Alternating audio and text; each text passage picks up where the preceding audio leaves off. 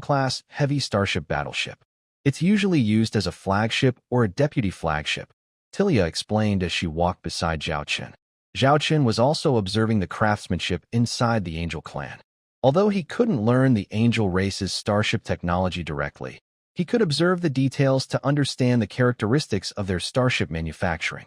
After a thorough look, Zhao Chen gathered some evidence. The Angel race is very strict about building interstellar warships, even more precise than the craftsmanship of the Xianglong ships.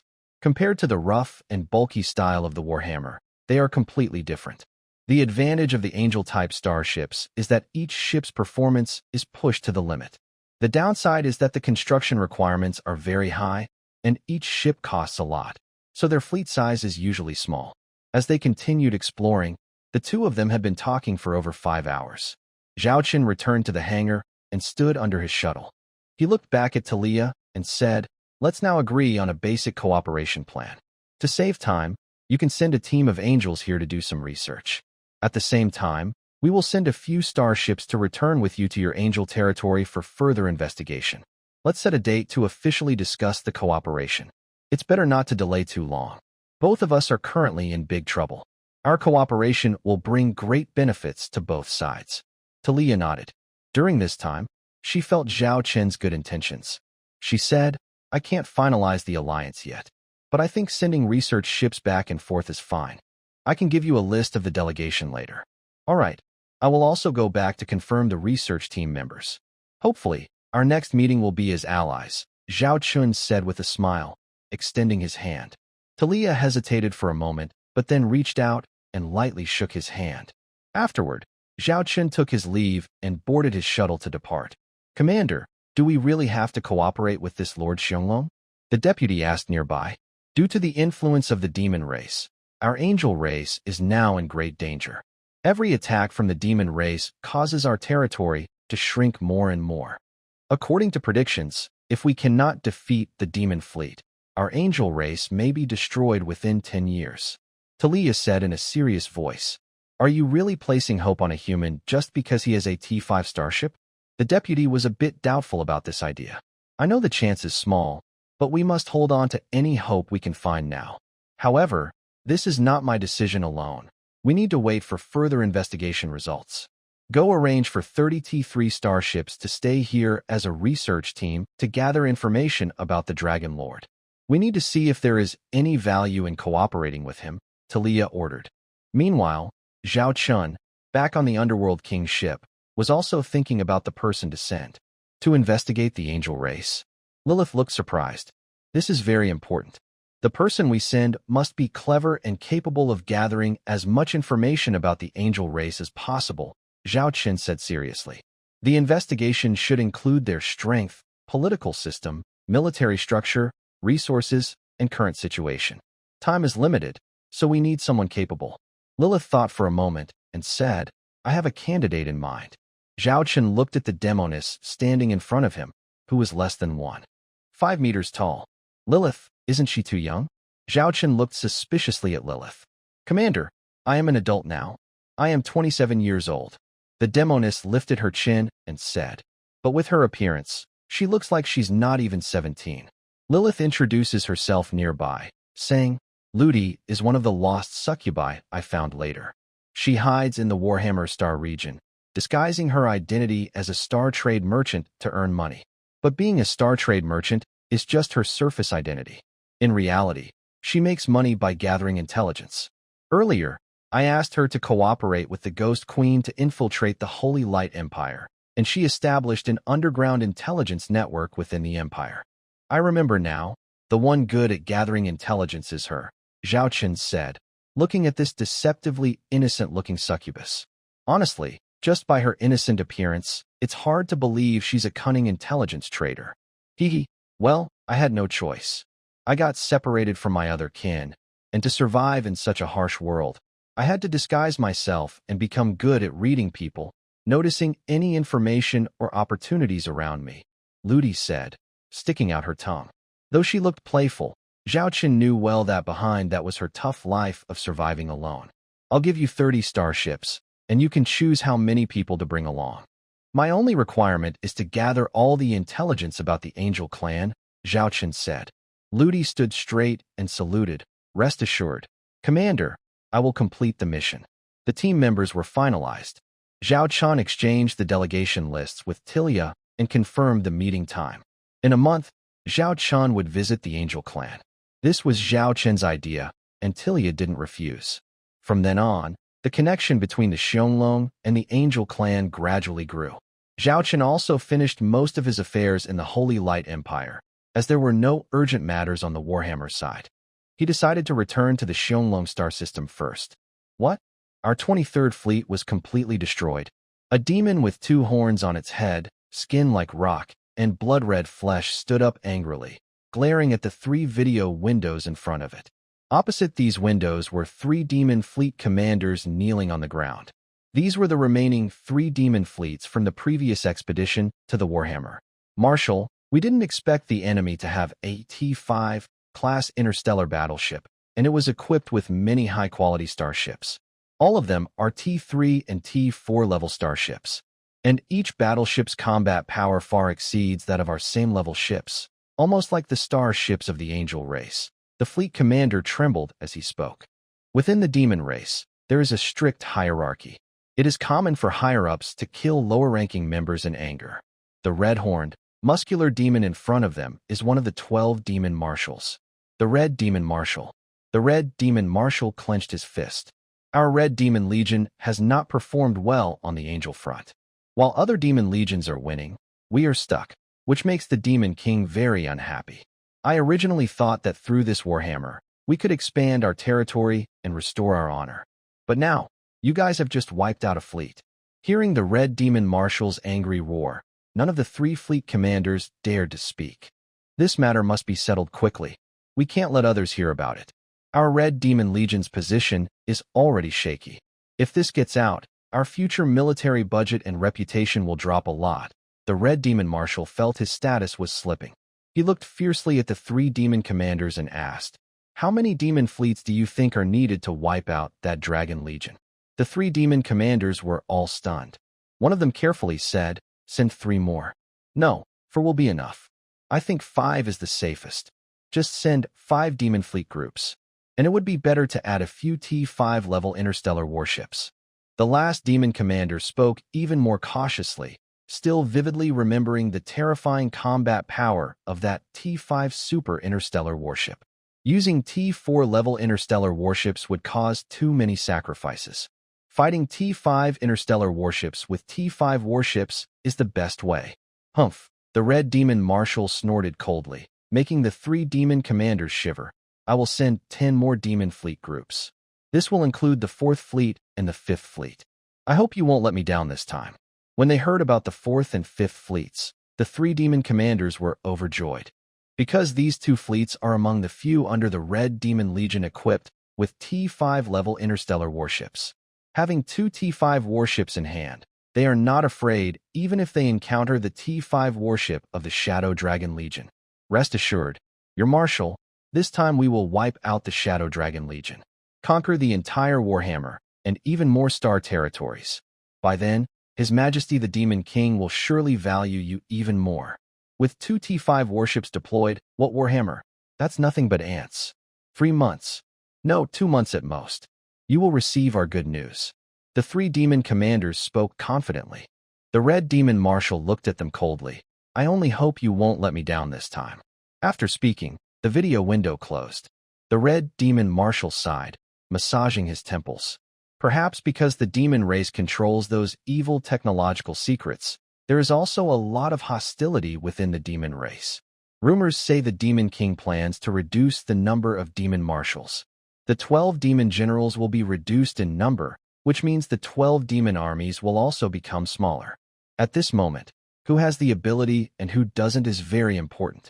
That's why the Red Demon General urgently needs to show his skills. He doesn't want to be the one who gets reduced. The Xiaolong Army, T5 Interstellar Battleship. The Red Demon General thought of these 2 words, but didn't dwell on them. Anyway, soon these insignificant beings will be destroyed by his demon army. This time, leaving the Xiaolong star system was a relatively long period. Although he returned briefly due to some matters, it was always in a rush. There was no time to relax.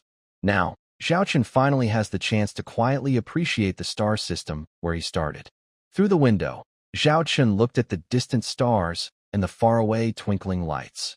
This is the latest development of the Xiaolong star system. Along with a future plan, Jiang Hong, the acting leader, stood beside Zhao Chun and reported. Zhao Chun glanced at it. These plans had actually been discussed earlier between Jiang Hong and Lilith. After Lilith approved them, Jiang Hong had the authority to proceed with the next steps.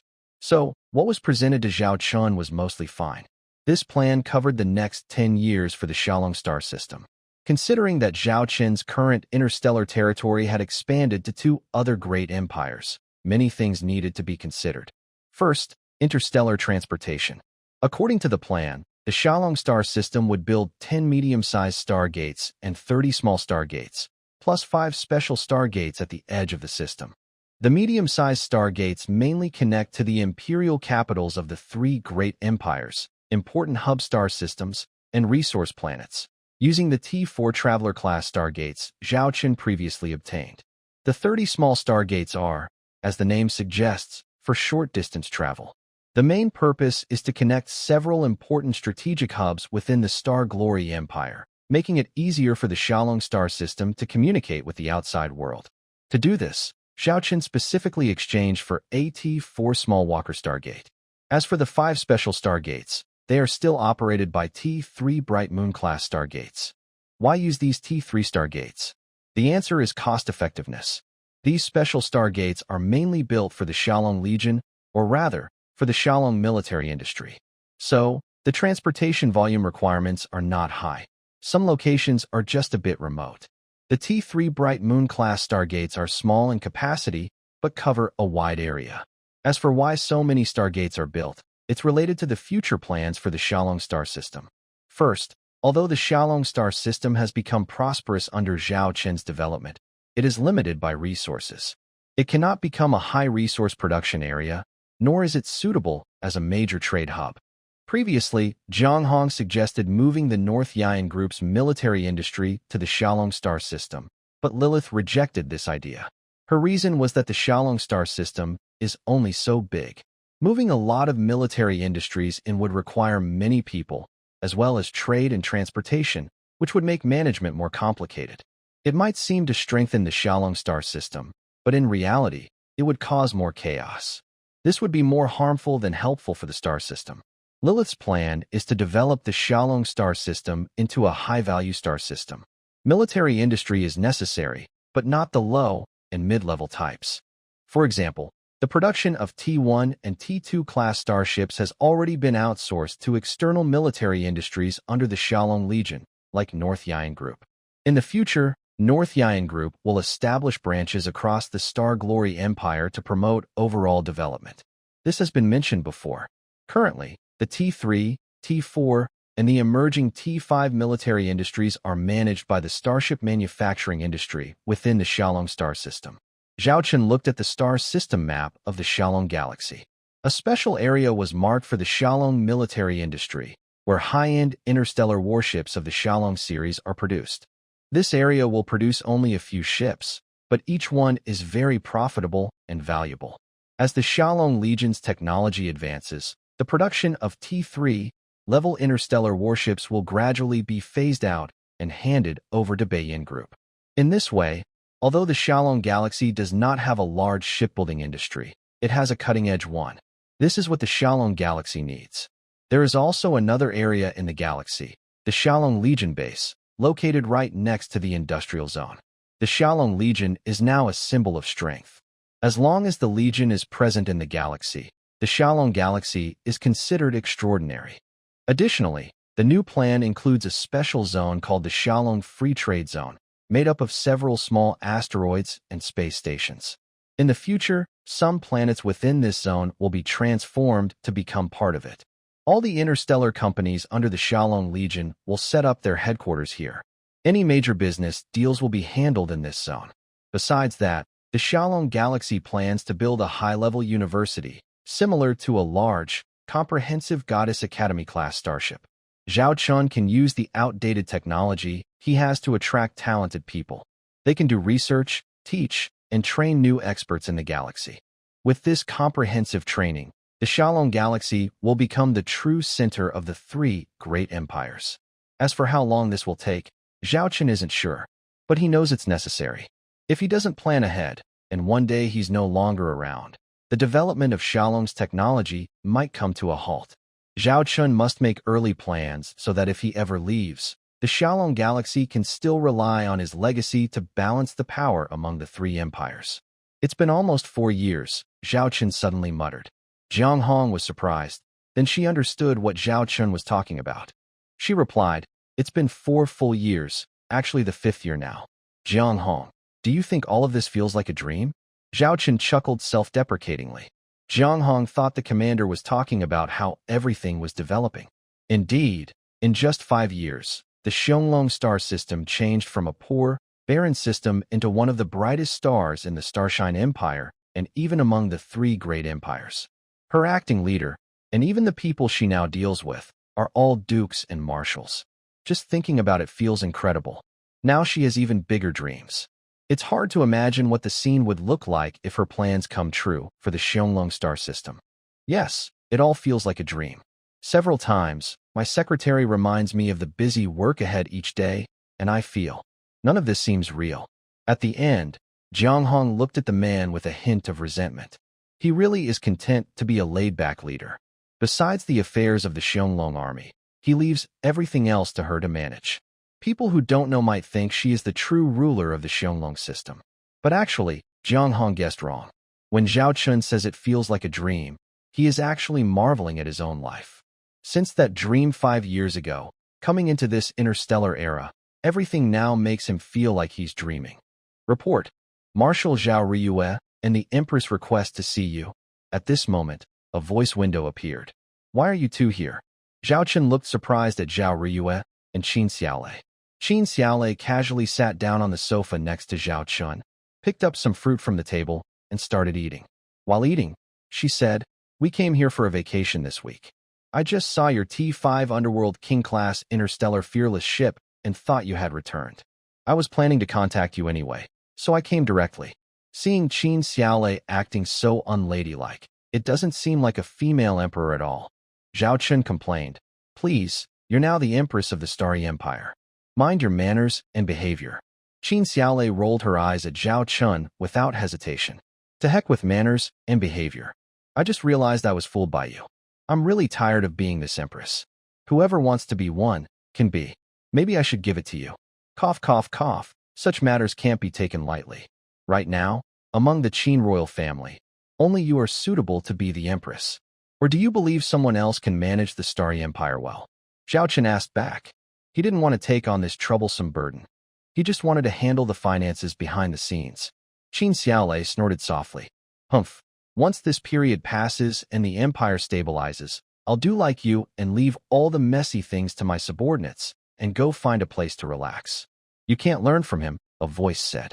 Zhao Riyue glanced at Qin Xiaolei and advised like an older sister, "You're now the Empress of the Empire. How you behave in private, we don't need to worry about. But in front of outsiders, ministers, and the people, you must pay attention to your manners. And as the Empress, it's your duty to govern the Empire." At this moment, Zhao Chen's gaze involuntarily shifted away, showing a guilty look. Jiang Hong, who was accompanying him, nodded heavily, looking like a victim. "Got it," Qin Xiaolei pouted. "You can criticize me now, but once we're done, you won't have this chance anymore." As soon as she finished speaking, Zhao Riyue pinched her ear. "I will often contact your cabinet ministers. If I find out you're not taking your duties seriously, I will come straight to the imperial capital." It is clear that Qin Xiaolei still respects Zhao Riyue. After all, Qin Xiaolei has faced many challenges along the way, always accompanied by Zhao Riyue. In fact, without Zhao Riyue, Qin Xiaolei might have been in serious danger many times. Wait, you just said that after this, there won't be another chance like this? Zhao Chen sensed something was wrong in the conversation. Qin Xiaolei crossed her arms and looked at Zhao Chen. "This time I came here for another reason, to return Sister Riyue to you." "What does that mean?" "This time, I've gone back to the Xiaolong star system and resigned from my position as the top commander in the royal fleet," Zhao Riyue said. Zhao Chun was even more surprised. Qin Xiaolei looked at Zhao Riyue with some reluctance. I really don't want to part with Sister Riyue, but I know that the situation within the Starry Empire has calmed down now. Even though the permanent level 4 cosmic bug nest there is temporarily under control. The current crisis comes from the permanent level 5 cosmic bug nest in the Holy Light Empire and the demon clan beyond the Warhammer border. Compared to my side, you need capable helpers like Sister Riyue more. So, I am temporarily returning her to you. Once these crises are over, you must return Sister Riyue to me. And she hasn't resigned from her position here. I've kept her spot open, so she can come back anytime. At the end, Qin Xiaolei shot a quick look at Zhao Chun. How about it? Little brother, don't you welcome me? Zhao Riyue smiled at Zhao Chun. Of course I welcome you. This is like a timely rain. Zhao Chun said happily. Actually, he had long wanted Zhao Riyue to return to his Xiaolong army. Zhao Riyue's personal abilities had already shown outstanding performance in the previous internal conflict, and she had a strong talent for commanding in battles. Otherwise, she wouldn't have been able to become the commander of the Princess Fleet after leaving the Xiaolong star system through her own efforts. Currently, Zhao Chun is in need of top talent. He was previously struggling to find suitable candidates for the newly formed Shadow Dragon Corps. Zhao Riyue's return is like a timely rain. But this time, I didn't come alone. I also brought a group of trusted allies. They are all skilled fighters, Zhao Riyue added. That's even better. Zhao Chun was very happy, but he still asked, are they all female soldiers? Zhao Riyue rolled her eyes at Zhao Chun. I really don't know where you get your habits from. Don't worry, all the ones I brought are female soldiers. But I warn you, don't have any bad thoughts about them. Zhao Chun chuckled. Do I look like that kind of person? Zhao Riyue and the others exchanged glances, but said nothing. Just building an all-female interstellar fleet makes people very suspicious. However, because of differences in our military system and starship technology, I can't directly assign them high-ranking positions. They also need to go to our Goddess Academy class starship for training for a while. But I can guarantee that as long as they are capable, they will be promoted quickly to the appropriate positions, and they will receive all the benefits they deserve, Zhao Chun promised. Although these trusted allies are brought back from his own team, Zhao Chun is always strict with the Shadow Dragon Corps. This is to be responsible for the fleet officers and soldiers. I understand. Everything will follow your rules, Zhao Riyue nodded. She also knew that this Goddess Academy class starship was a common step for female soldiers and officers serving in the Shadow Dragon Corps. It seems that the number of such ships has already reached triple digits. In the Shadow Dragon Galaxy, a training zone has been established, continuously providing talent for the Corps. Xiaolei, how is the matter I told you about earlier progressing? Zhao Chun asked about an important issue. You mentioned the big infrastructure project, Qin Xiaolei recalled. Under Sister Riyue's arrangement, everything has been approved and is now underway. First, the Stargate to be built will be operational within 3 months, she continued. As for the other projects, they are also being implemented. This is very important for the Starshine Empire. We must be careful, Zhao Chun said seriously. This large infrastructure plan is actually an expanded version of the development of the Xiaolong star system. Currently, Xiaolong controls many advanced technologies. Originally, these were used mainly for military purposes, but after analysis, they can also be applied to civilian use, making them quite advanced. So, Zhao Chun asked Qin Xiaolei to carry out a major infrastructure upgrade for the Starshine Empire. This includes renovating the old interstellar transportation network and other industries that can be improved. Some might think that in such chaotic times, investing heavily in infrastructure is a waste. However, this is actually to increase the overall productivity of the Starshine Empire. A thriving environment can strengthen the Empire's stability and help it recover quickly from the shadow of internal conflict. Another key reason is that the Empire's existing technological facilities are very outdated. After the infrastructure upgrade, the entire Starshine Empire will be refreshed in a short time and will continuously support the Xiaolong Legion. Only when the blood vessels grow larger and stronger can more blood flow faster and more efficiently. This giant, the Xiaolong Legion, will become even stronger. T4 Twin Star Heavy Interstellar Industrial Ship. Main Control Room, thank you all for your hard work during this period. Once this intense phase of ship construction is over, I will try to give you a short break. Commander, this is what we should do. Our generous treatment here far exceeds that of any other place in the Starshine Empire. For the development of the Shalom Legion, working hard is completely normal. The door of the main control room slowly opened. Zhao Chen looked at the messy desk, which was covered with scattered papers and many electronic screens still on. Strange, Commander Annie should be here, the technician said, looking around the empty desk with confusion. Suddenly, she felt a hand grab her ankle. Huh, holiday. Then, a resentful voice came from beside her foot. The technician looked down and saw another hand reaching out from the dark corner. Ah, ghost. She screamed and slipped back, trying to run away, but because one of her feet was caught, she fell backward. Soon, she felt as if her body was leaning against something. A masculine scent rushed past her from behind. She suddenly remembered. There was a commander behind her. Does that mean she was now lying in the commander's arms? Thinking of this, she felt that ghosts and everything else didn't matter anymore. She wished time could stop at that moment. But soon, a voice sounded from behind her.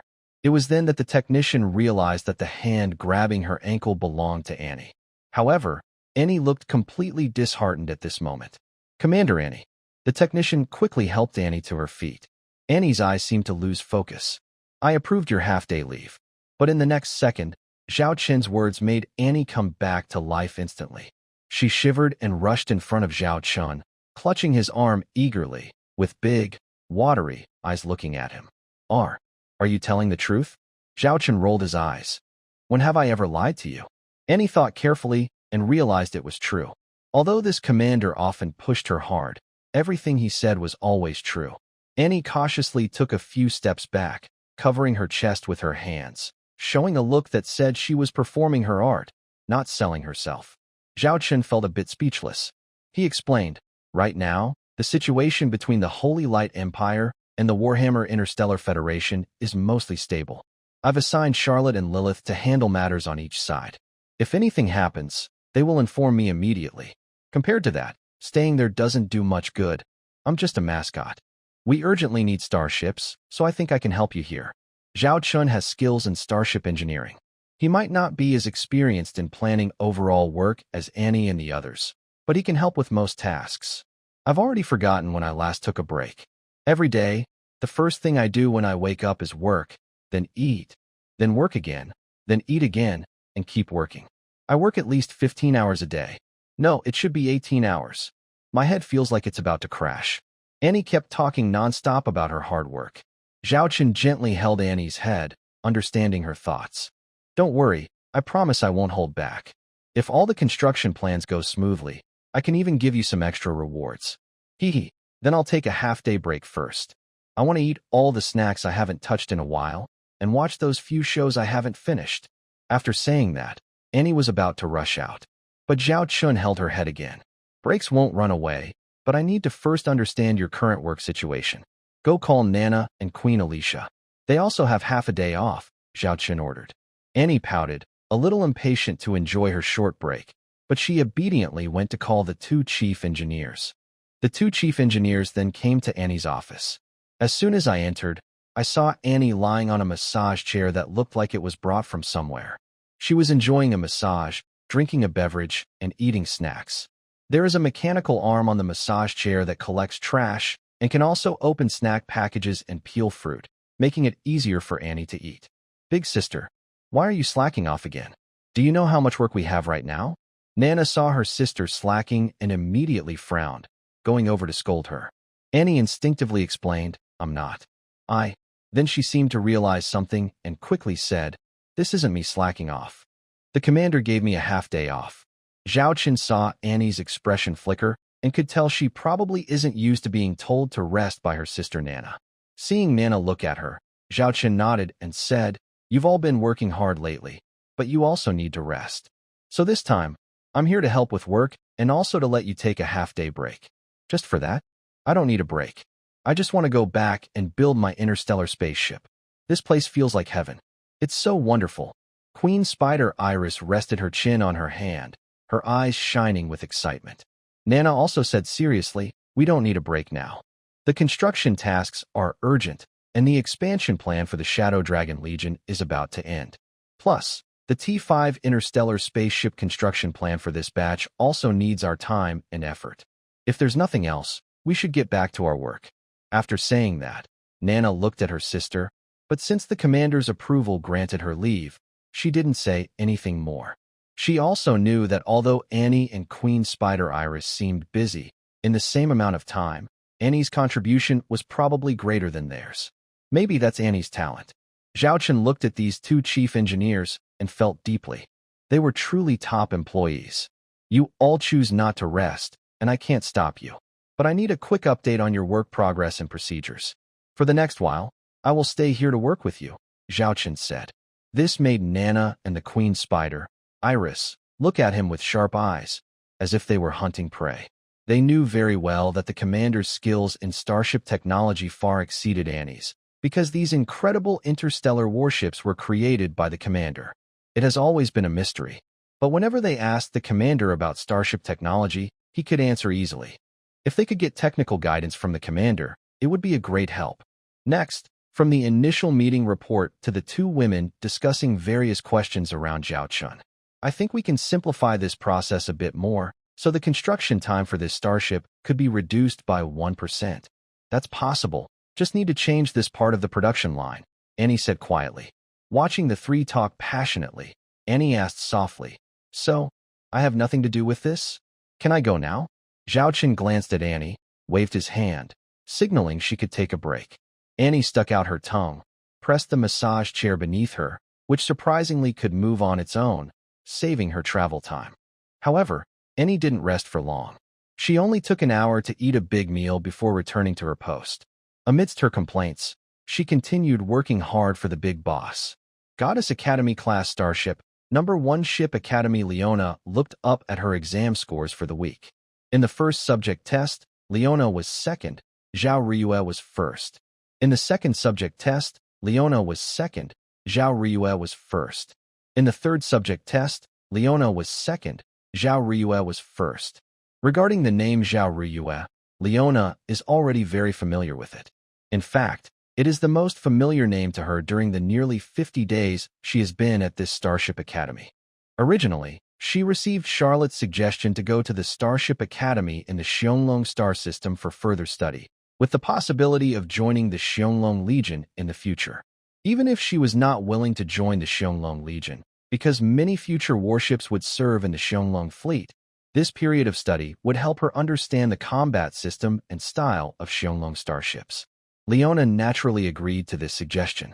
More than 300 others also went to the Starship Academy for further training. Most of them were elites from the major tribes of the Warhammer Interstellar Federation, with the original team from the Beasts Alliance being the largest group. Charlotte also sent her sister, Middle, along. Although Middle gained a lot of combat experience on the battlefield, there are some theoretical knowledge that can only be learned quickly at the Starship Academy. Practical experience and theoretical knowledge complement each other and are both essential. Leona, after her previous clash with the Demon Fleet, had tempered her pride somewhat. But deep inside, she still believed that with her abilities, she should have no problem at the Xianglong Academy. Compared to these new recruits, she had commanded hundreds of thousands of starships. However, in the first week of assessments across all subjects, she was humiliated. Her scores were surprisingly only second place. At that moment, a name appeared before her eyes. She comforted herself by thinking she just wasn't serious enough. As long as she was diligent, she could surpass her. But in the following weeks, second, third, fourth, and fifth, she remained second, while the first-place name seemed to be firmly fixed at the top, unshaken no matter how hard she tried. Not bad, this time my scores in several subjects are just a little behind. A voice came from Leona's ear. Leona crossed her arms and said, Humph, next time I will definitely beat you. The speaker was Zhao Riyue. When Leona noticed Zhao Riyue also noticed the princess from the Dragon People tribe. Perhaps because of this friendly competition, they quickly became friends. They would help each other during studies. Big sister Riyue, my overall ranking this time, is only 5th. If my sister finds out, she will definitely scold me. Midir came over, looking sad as she looked at Zhao Riyue. Zhao Riyue looked at Midir, a half-beast girl with the appearance of a white tiger. She instinctively reached out and patted her head. The touch felt really nice. Zhao Riyue didn't ignore her concern while petting her cat-like friend. You're already doing very well. Plus, in simulated combat, you're third. Will my sister scold me? Madir's still worried a bit. Maybe because Charlotte stands so tall, Madir, her sister, always feels a lot of pressure. She works very hard, but many things can't be changed just by effort. She doesn't have Zhao Riyue's natural talent. Nor is she like Leona, who, as a princess of the Dragon People tribe, has been trained by many elites since she was young. With her own effort, she has achieved this much. In the history of the Howling Dragon Academy, she might not make the top 10, but being in the top 20 should be easy. Next time, I will try even harder. I will definitely get first place next time, Leona said casually, patting Madir's back. At this moment, many students present received a short message on their devices. The message was simple. They needed to gather at a certain area as quickly as possible. Zhao Riyue, Leona, and Madir all received these messages. They looked at each other, each feeling a sense of anticipation. Without saying a word, everyone who received the message quickly headed to the designated meeting place. As for the students who didn't receive it, they could only envy those senior students who were heading off to explore the stars and the ocean. Coincidentally, Zhao Riyue and two others were all at the same meeting spot. This gathering alone had at least tens of thousands of people. In front of them was a large holographic display where their instructor was announcing something. The announcement was simple. It was to inform them that this batch of students had finished their exams and could now officially join the Dragon Legion to serve. Within 10 minutes, a service assignment message would be sent to each student's handheld device. Over the next 24 hours, they would be assigned to these interstellar warships. When Zhao Riyue heard this, she frowned slightly. She knew how this process usually worked. The Dragon Legion valued efficiency, but normally they would give 3 days. This time, they only gave 1 day. This could only mean that the Dragon Legion was facing a big crisis. They urgently needed this new group of soldiers to arrive. Zhao Riyue looked at her handheld device and opened the latest message. Student A3901, you have completed the Academy's exams and are approved to graduate. You will be assigned to the flagship Tyrant of the 9th Legion, 6th Squad, on the Heavy Interstellar Missile Cruiser number 038, as captain and squad leader. Because of your special role, you need to arrive at the service ship within 6 hours to start your duties. Zhao Riyue was not surprised by her position. She knew that after graduating from the Dragon Academy, some students with practical experience and excellent exam results would be directly assigned important roles. So, her role as the fleet commander was very normal. Her identity at the Dragon Academy had always been kept secret. Except for a few senior management members within the Academy who know some details, most people only know her name and number and have no idea that she is the sister of the legendary commander. Therefore, there is no such thing as using connections. Zhao Riyue was surprised to see the words Fanglong 9th Army Corps. Before, she knew that the Fanglong Army Corps was last organized into the 7th Army Corps, led by her former subordinate Wei Shishir. Now, with the addition of the Fanglong 9th Army Corps, it means that within just a few months, the Fanglong Army Corps has expanded by at least 2, maybe 3, new army units. And the ones they are serving in are part of this newly formed Fanglong Army Corps. The speed at which the Fanglong Army Corps is expanding is astonishing. Sister Riyue, I've been assigned to the 3rd Squad of the Fanglong 10th Army Corps as the captain of AT-4 Juchua-class medium starship, and also as the squad leader. Middle excitedly shared her assignment with Zhao Riyue. The 10th Army Corps. Just as she guessed, her brother has directly formed 3 Fanglong Army Corps at the same time. No wonder so many new soldiers are serving now. This suggests there is a big shortage of personnel. 10 Fanglong Army Corps means there are over 30,000 combat starships, with more than 3,000 T4 level starships. It might not seem like a large number, but with the addition of a T5 Mawan-class starship, the entire fleet's combat power can rival the 3 great empires of the Galactic Alliance. Leona, sister, where are you assigned? Middle asked Leona. Leona replied, Fanglong 8th Army Corps, 2nd Squad, also as squad leader. Hey, your information seems a bit different from ours, and I see a countdown too. Middle noticed a strange detail on the information window in front of Leona. Hearing Middle's words, Zhao Riyue also looked over. It was a message. Student with ID A3977, please decide within the next 10 minutes whether to officially join the Shadow Dragon Legion. If you choose to join, you will need to sign a 10-year contract as a member of the Shadow Dragon fleet. Zhao Ryue did not speak. She understood Leona's special situation. She is a princess of the Dragon People tribe. Her visit here was just for training, arranged intentionally by Zhao Chun. Now, it is time for her to make a choice. Either return to the Dragon People tribe or stay in the Shadow Dragon Legion and truly become a member. Whichever choice she makes, her future life will be completely different. Leona's expression is very serious, showing she is still hesitating. As a princess of the Dragon People, she naturally needs to stay and lead the Dragon Fleet. When she first arrived at Shadow Dragon Academy, her goal was simply to learn about the combat capabilities of the Shadow Dragon starships. But now, she truly realizes how powerful and attractive the Shadow Dragon Legion is. The Legion has only opened T2, T3, and some T4 level starships for combat. More powerful starships can only be seen within the Shadow Dragon Legion. In the future, any new, stronger starships created by the Legion will be first enjoyed by the Legion itself. Most importantly, even with support from the Shadow Dragon starships, the Dragon People fleet cannot match the same level of the Demon Clan fleet in battle. To fulfill her inner wish of avenging her father, she can only do so by staying in the Shadow Dragon Legion. Leona takes a deep breath and thinks of her half-sister. Suddenly, she smiles. She opens her communication directory and finds a name she would never have contacted before. She sends a message. Blanche, from now on, I leave the affairs of the Dragon People tribe to you.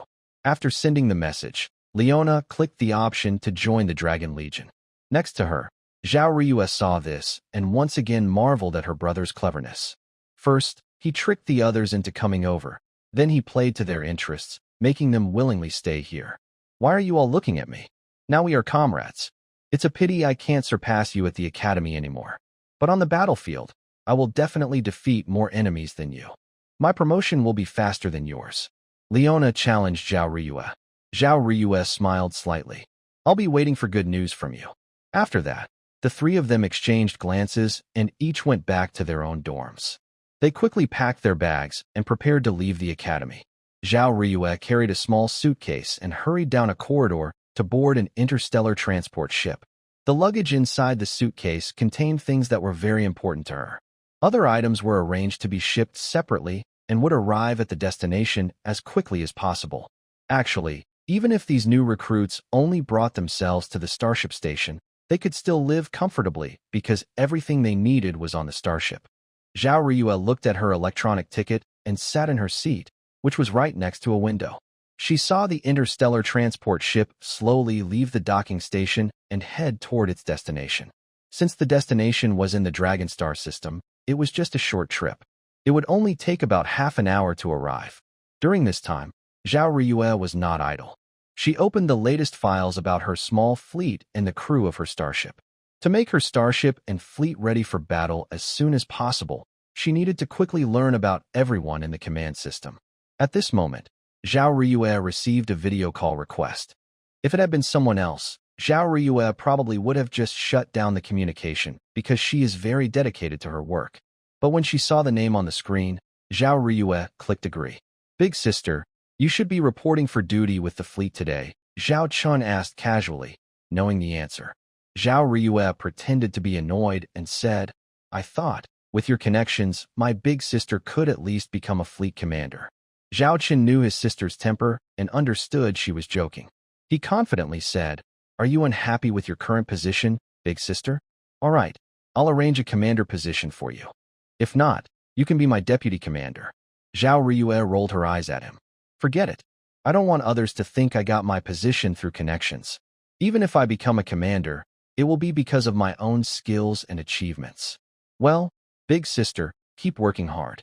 I've already reserved a spot for you, Zhao Chun said with a slight smile. Zhao Ryue's eyes twitched. Zhao Chun's words carried many meanings. He had already reserved a commander position for her. Currently, all 10 positions of the Fierce Dragon Legion commanders were filled. If he tried to replace the current commanders, she definitely wouldn't accept, and Zhao Chun wouldn't arrange it that way either. The only possibility was the Fierce Dragon Legion had bigger plans for expansion.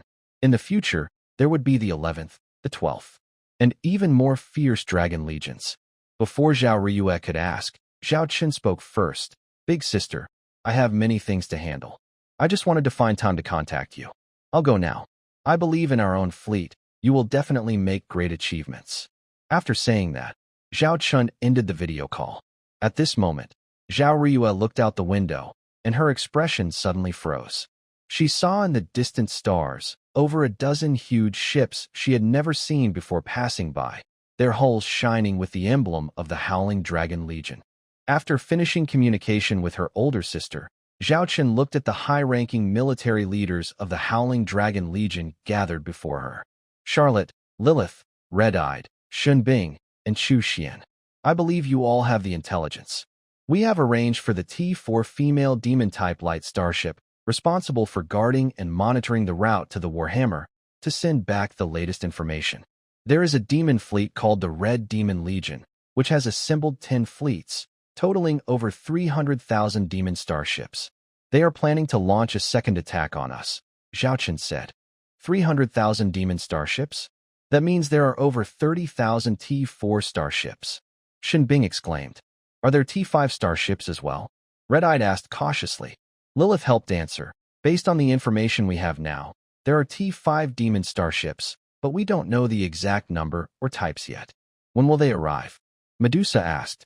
Expected around December 20th, they will reach the border of the Dragon Clan. After a short rest, they will attack us. From the intercepted intelligence, the demon marshal leading the Red Demon Legion is the highest commander who previously sent 4 demon legions. He is very unhappy about their earlier defeat, so this time he has sent 10 legions to avenge the loss. I think their attack will come very quickly, Lilith said. December 20th? That leaves us only about 5 days to prepare. Sulan frowned. Our 3 newly formed Howling Dragon Legions have just been activated, and their combat experience and ability have not yet been tested in real battles.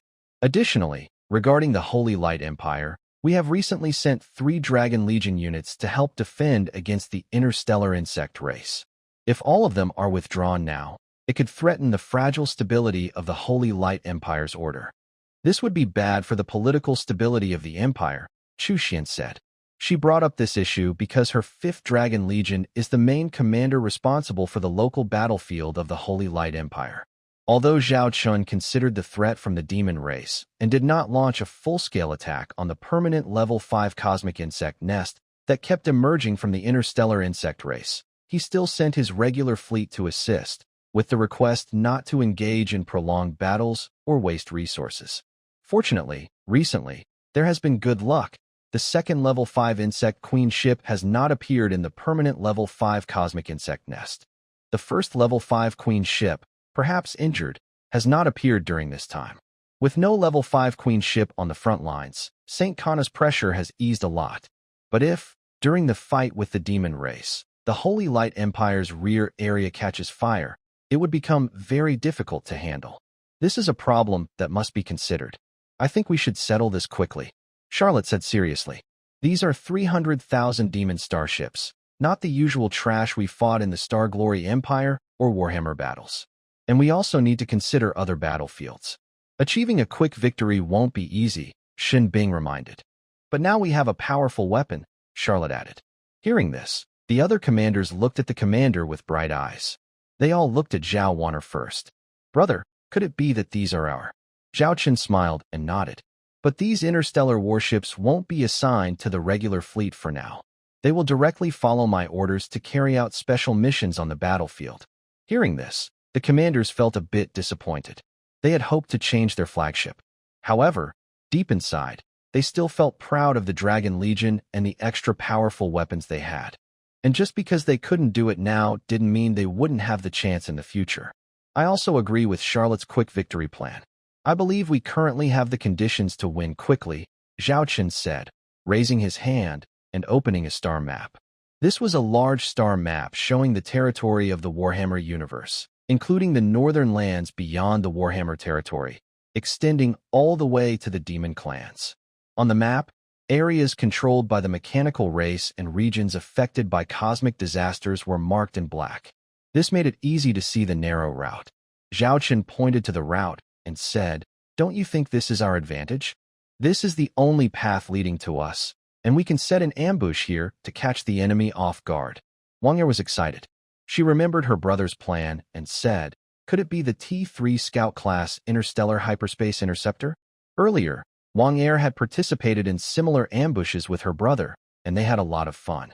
Recently, I also asked Annie to produce a batch of T4-level interstellar hyperspace interceptors. These two types of interceptors can work together when the time comes, Zhao Chen explained. The T4-level interceptors weren't very expensive, so Zhao Chen had exchanged for them directly. He saw that narrow route and thought it was perfect for an ambush, like a mountain valley path. There was a similar narrow route leading to the Angel clan from the Holy Light Empire. Although Zhao Chen wanted to ally with the angels, he knew the saying, "One should not harm others unnecessarily, but should always be prepared for harm." So he prepared early. When friends come, there is good wine. When enemies come, there are ship cannons. This battle plan is solid. However, it seems the enemy is also prepared for this. The 3 demon armies that fled earlier are stationed at this narrow passage.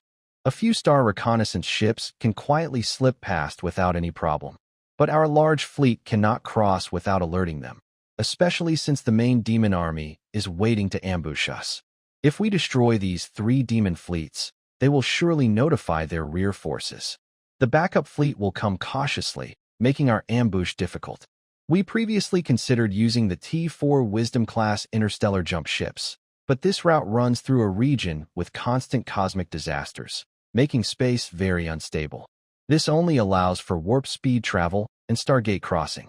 Space teleportation, which requires stable space, is too risky, Red Eye cautiously warned. Zhao Chen smiled slightly. "We've thought of that too. We won't use space teleportation. We'll just go straight in and fight." Red Eye was surprised, then seemed to realize something. She quickly asked Lilith, "The 10 demon fleets coming from the demon territory, how long would it take to cross using warp speed?" Lilith replied, 20 hours. Red Eye immediately understood. She excitedly looked at the commander. "Commander, your idea is that we use these 10 demon fleets to our advantage. During their warp phase, they can't communicate via quantum signals. In these 20 hours, we can eliminate the 3 demon fleets at this passage. Then, we set up star warp interceptors at a strategic point, prepare an ambush, and wait for the right moment." Zhao Chen nodded, his eyes shining with a cold light. "Preparing the ambush will take 5 hours. So, I need you all to develop a plan to completely destroy these 3 demon fleets within 15 hours. Demon Race P91 Military Spaceport. This military spaceport, once located on the border and rarely visited, has recently been crowded with many demon starships. Currently, there are 30,000 demon starships parked here. These belong to the 10 fleets of the Red Demon Legion. As for their purpose for gathering here, it is to launch an expedition against a star region called Warhammer, which was previously inaccessible due to mechanical race restrictions, but is now within reach. They also aim to eliminate a military group called the Shadow Dragon Legion. Around a round table, 10 fleet commanders sit. From their positions, it's clear that their ranks and statuses are very different. 8 of them are watching 2 other demon commanders closely. These 2 demon commanders are the leaders of the 4th and 5th fleets of the Red Demon Legion, involved in this mission. They look similar to the other fleet commanders, but their ranks are higher. Because these 2 fleets are among the few in the Red Demon Legion equipped with T5-class starships. This expedition is led by these 2 fleet commanders. "Have all the fleets gathered?" asked the commander of the 4th Red Demon Legion in a serious voice. "Yes, all are here. All starships for the mission, as well as the logistics fleets, are ready. We can depart at any moment," the other demon commanders replied. The 4th Red Demon Legion commander nodded. "Good. Let's confirm the departure time, and contact those 3 useless ones to prepare to welcome us." When mentioning these 3 useless ones, the 4th Legion commander's words carried a tone of mockery. Other people showed no extra reaction. It seemed that this name was very normal. Because of the battle involving Warhammer and the Howling Dragon Legion, it ultimately led to the complete destruction of the Demon Second Army fleet, and the other 3 legions also paid a heavy price. According to the battle reports, The fleet that defeated them had fewer than 30,000 starships. Although there was a T5 class starship among them, those who see war as an honor could not accept such a defeat. To them, achieving such an embarrassing result meant the commanders were useless. Their fate had already been planned by Marshal Red Demon. Returning without punishment was considered light. If they did not perform well in future military actions, even they and their families could be affected. This is the rule of the demon race. The demon race does not need useless people.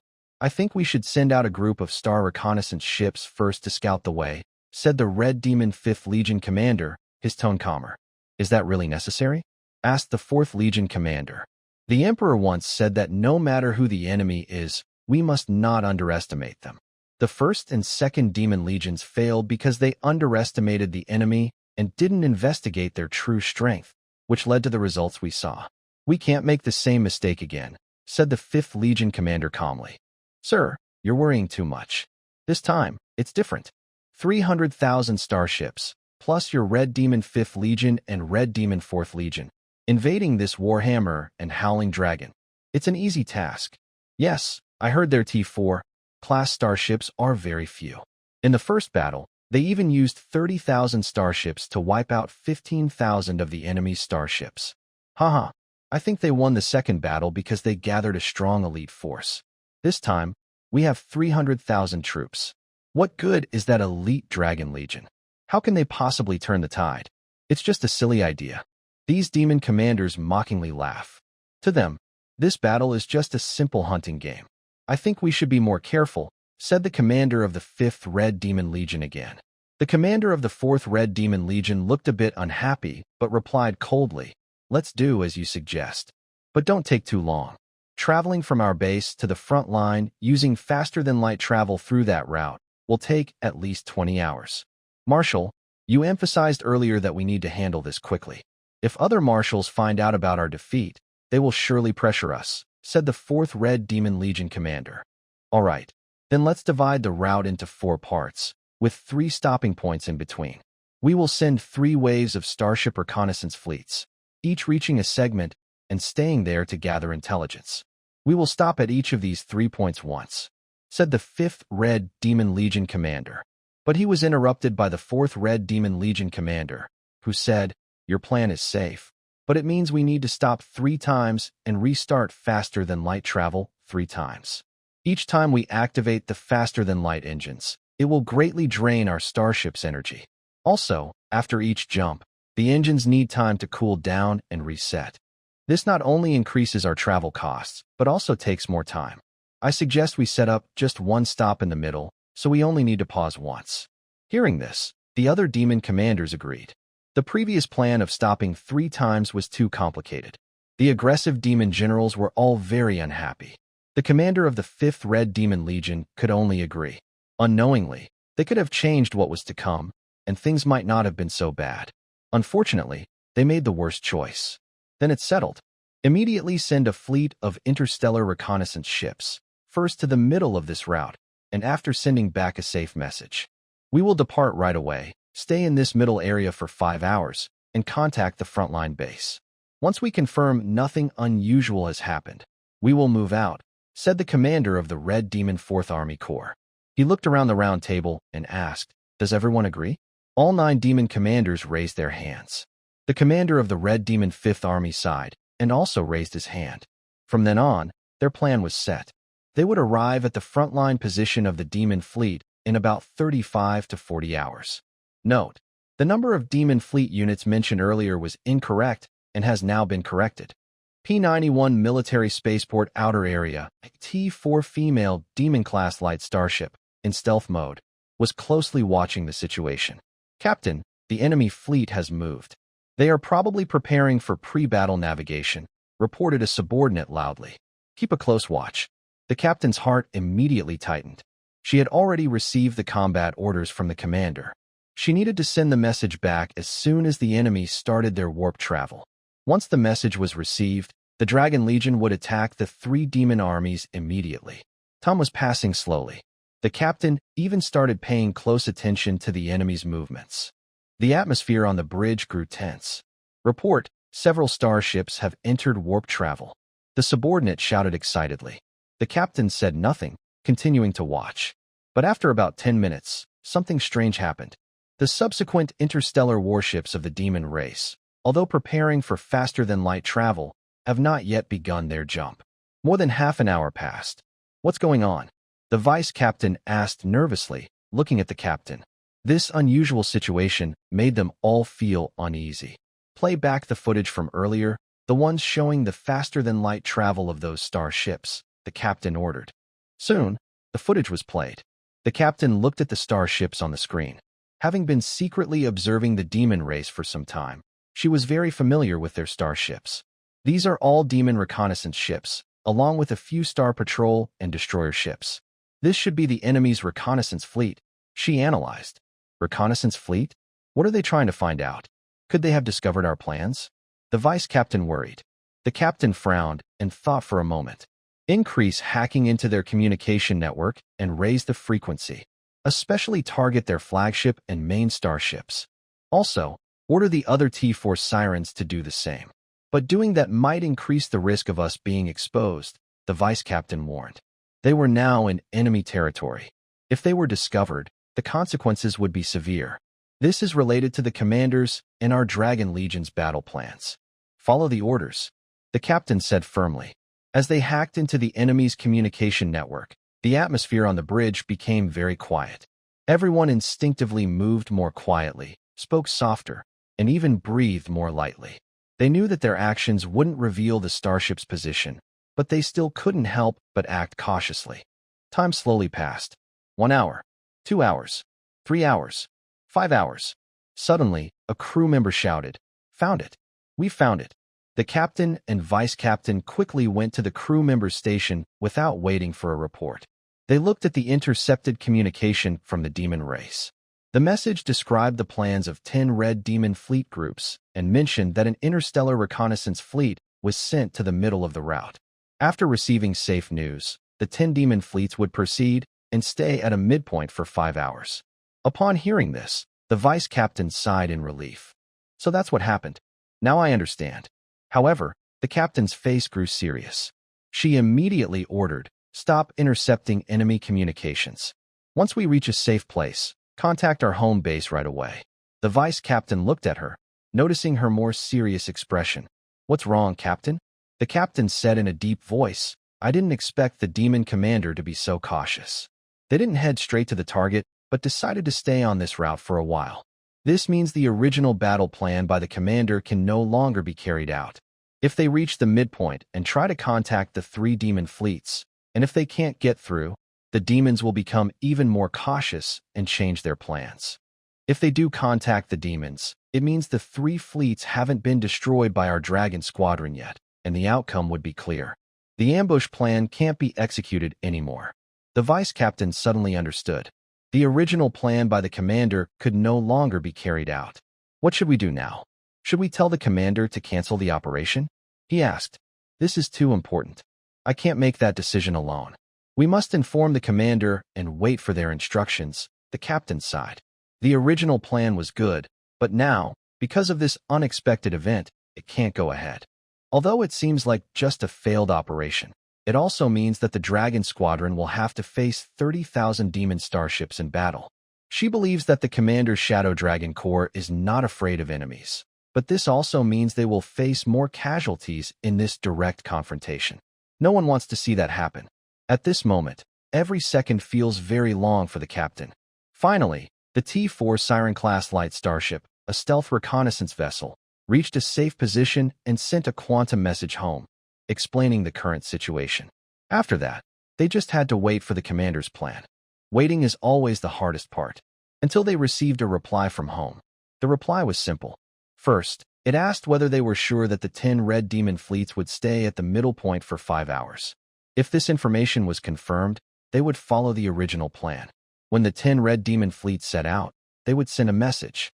Does the commander still want to carry out the original plan? The deputy captain was surprised, covering his mouth. The captain thought for a moment and said in a serious tone, "The commander and all the officers are taking a risk. If the enemies start from the middle point, that means they will take 10 hours to reach us. As long as our Shadow Dragon Corps can destroy those 3 demon fleets and set up an ambush within 10 hours, the original plan can still go ahead. The deputy captain asked, but we only know that the enemies will stay at the middle point for 5 hours, and we can't be sure they will stay exactly that long. Right now, we can monitor when they leave, but we don't know when they will start moving after they stop. If our Shadow Dragon Corps attacks early, the enemies might get the intel, and then our ambush plan could fail. The captain nodded and said, "You're right. I think the commander is probably willing to take a gamble. A gamble on our Shadow Dragon's luck. T5 Underworld King-class interstellar fearless ship. Bridge, since we've decided to continue with this mission plan, the first thing we need to confirm is, after receiving news that the enemy's main fleet has departed, when should we launch our attack?" Zhao Chen looked at the holographic projections of the female generals. Because of the urgent message from the front, coming from the T4 Siren-class light interstellar stealth reconnaissance ship, all their original plans were disrupted. The most important thing is the timing of the attack. To stick to the original plan, the timing of the attack is very crucial. Charlotte raised her hand and displayed a holographic star map centered on that narrow route. Suppose the enemy's intermediate stopover point is exactly in the middle of this 20-hour journey. That means, after receiving the safe message from the reconnaissance fleet, the 300,000 Demon-class starships will travel 10 hours to reach this point. Based on our intelligence, the Demon fleet will stay here for 5 hours. After 5 hours, they will set out again, traveling another 10 hours to reach the positions of the 3 Demon army fleets. Charlotte marked 3 locations along this narrow route. Then, she marked a red dot near their side of the route. This is our original ambush point, an excellent location for an ambush. In the original plan, preparing the ambush would take 5 hours. We had 20 hours for the entire operation, which was plenty of time.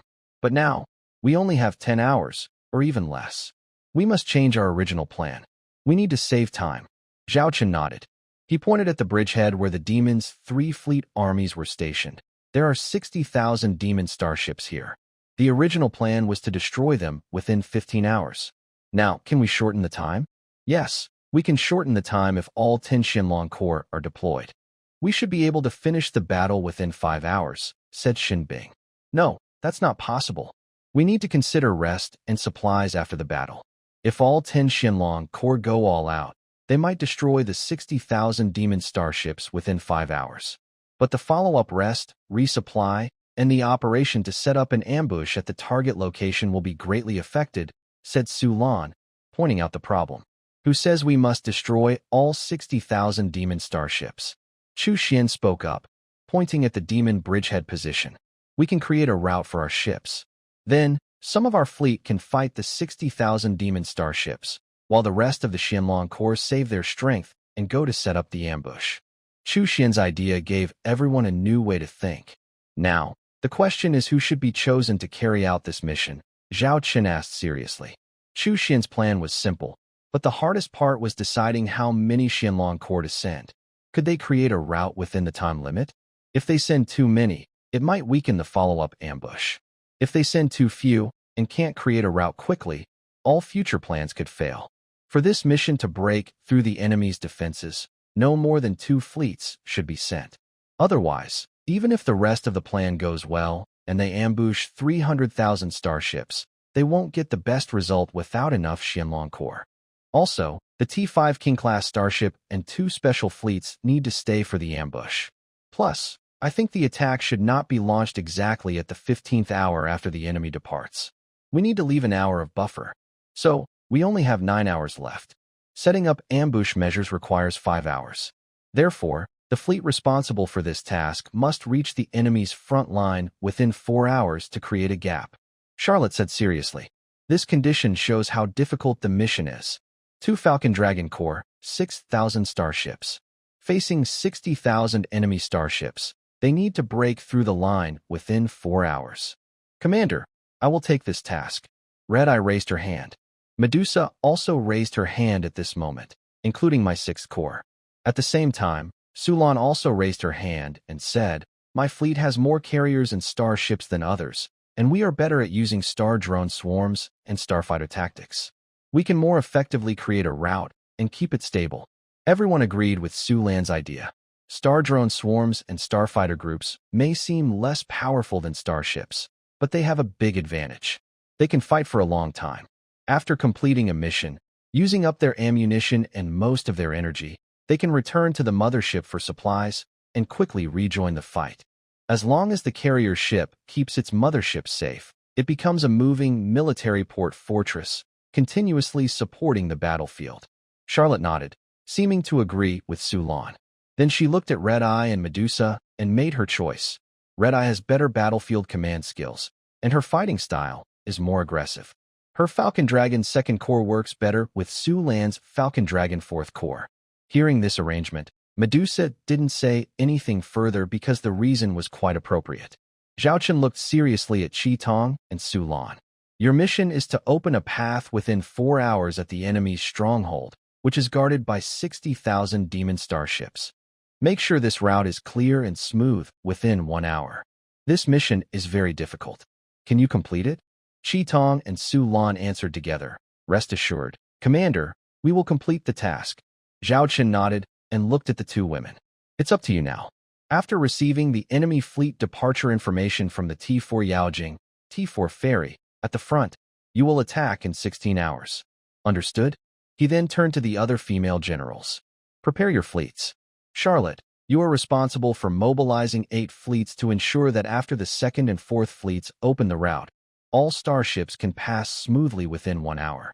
Lily, you must ensure that once we reach the ambush point, we can complete the setup in as little time as possible, 5 hours or less. Make sure the ambush is ready.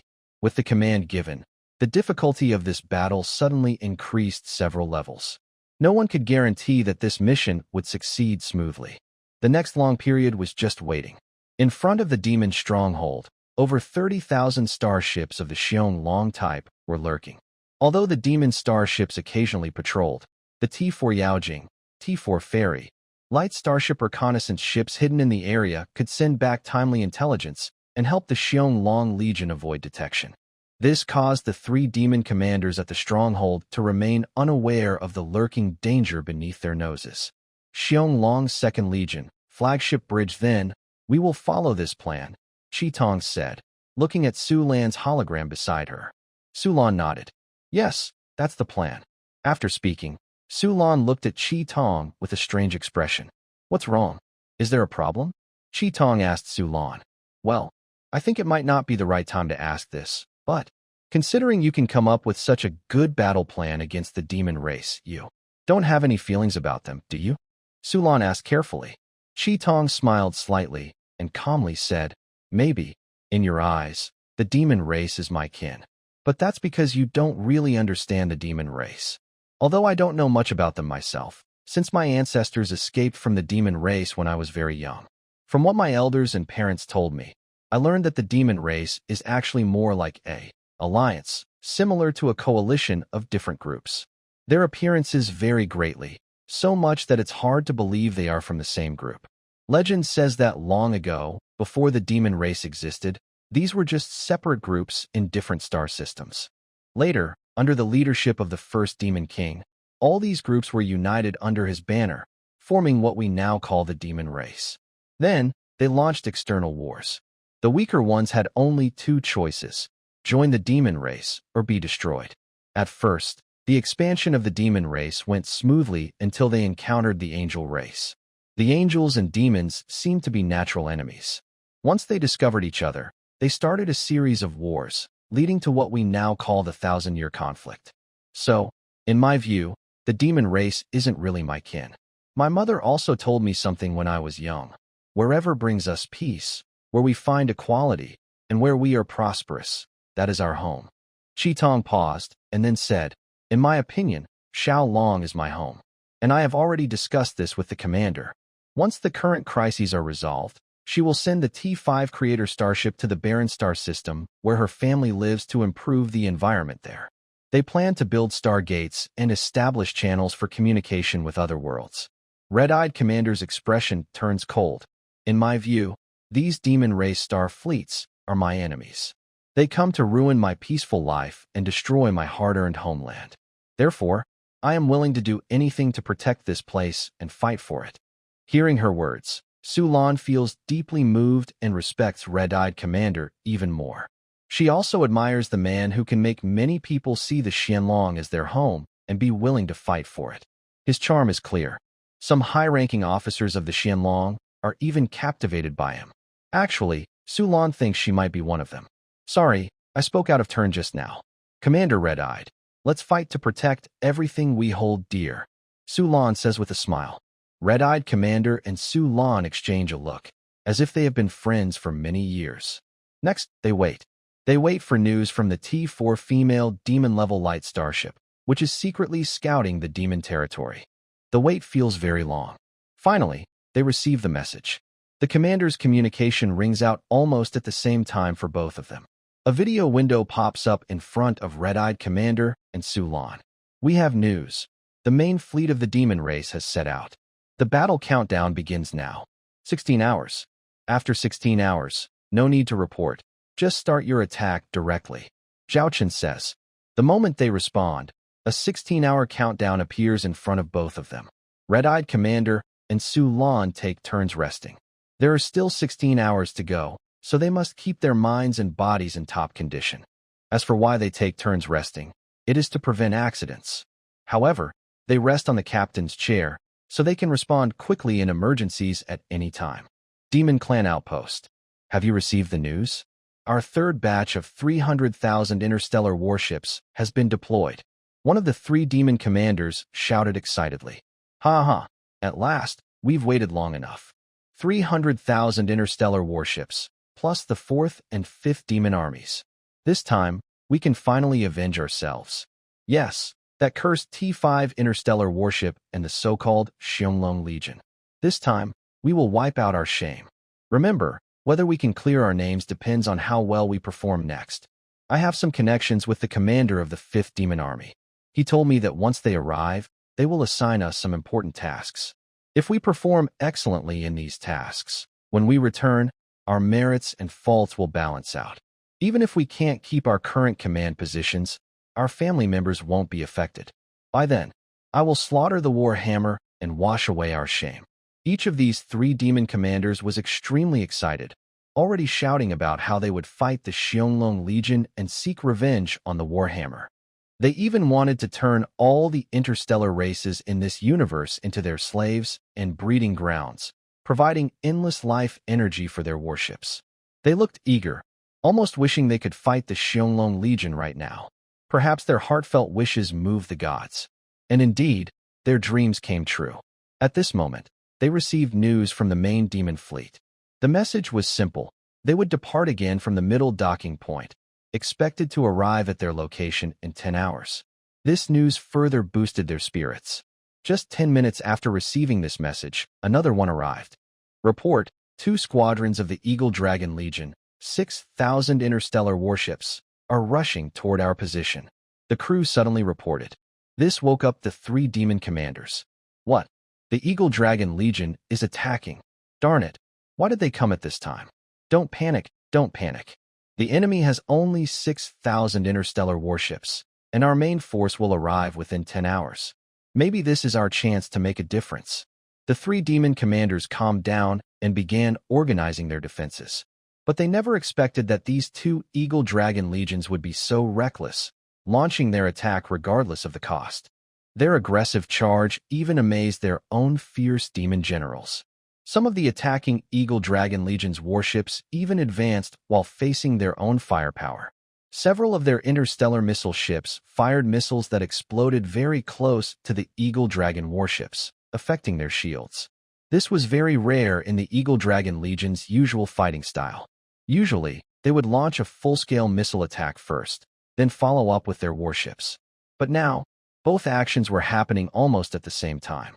Leading the charge were the T4 Blue Eyes White Dragon class heavy armored battleships, T4 Tyrant class heavy missile cruisers, T4 Vermilion Bird class medium cruisers, along with T3 Emperor class heavy battleships, T3 Blizzard class light battleships, and T3 Wind Eagle class medium cruisers.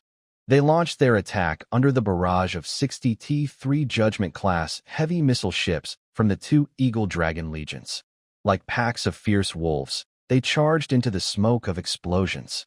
The commander of the Shadow Dragon's Second Corps, Red Eye, looked at the star map in front of her, closely monitoring the progress of the attack. She ordered the fleet to attack even at the risk of being hit by their own fire, aiming to maximize the attack effect and buy more time. Although there was a risk of friendly fire, risks and benefits always coexist on the battlefield. The greater the risk, the greater the potential reward. She trusted her captains and the commanders of the Star missile ships behind them. This trust was proven correct. Each Star missile ship's targeting was very precise. These targets were clearly marked with red circles on their attack charts. As long as they avoided these attack zones on their routes, they could reduce their own risks. This strategy helped the Shadow Dragon Corps, with support from Star missile ships, to succeed early in the war. They easily broke through the enemy's front lines. But after that, each step forward became much harder. The enemy started to concentrate their forces to block the advancing Shadow Dragon fleet, which was like a fierce tiger descending from the mountain. Many T4 Demon-class starships gathered together, forming large groups. These clustered T4 Demon starships were like huge rocks blocking the way for the Shadow Dragon Corps. There was no way around them. They could only destroy them. Order some T4 Serpent Siren-class heavy star cannons to fire precisely. Red Eye commanded. At this time, the two Shadow Dragon fleets were combined. They had 10 T4 Serpent Siren-class heavy star cannons, all under Red Eye's command. Soon, all the main guns on one T4 Serpent Siren ship aimed at the obstacle ahead. Following the captain's orders, the fleet continued to advance without slowing down. This means that if the T4 Snake-haired Siren-class heavy interstellar cannon ship cannot destroy these T4 Demon-class interstellar warships in time, the advance of the Howling Dragon Legion will be instantly stopped. This is undoubtedly a great danger for the Howling Dragon Legion. It's like a cavalry charge that suddenly stops, the consequences of which are hard to imagine. But at this moment, these Howling Dragon-class interstellar warships show no hesitation. They trust their commander and their comrades. On this side, one T4 Snake-haired Siren isn't enough. 2 are needed. If 2 aren't enough, then 3. Finally, under the terrifying firepower of this starship, nearly 100 T4 Demon-class interstellar warships gathered together are all destroyed. The advancing Howling Dragon fleet, crossing over the burning wreckage of these still exploding Demon-class ships, continues to charge without stopping. For them, only one command matters. Within 4 hours, they must clear this route.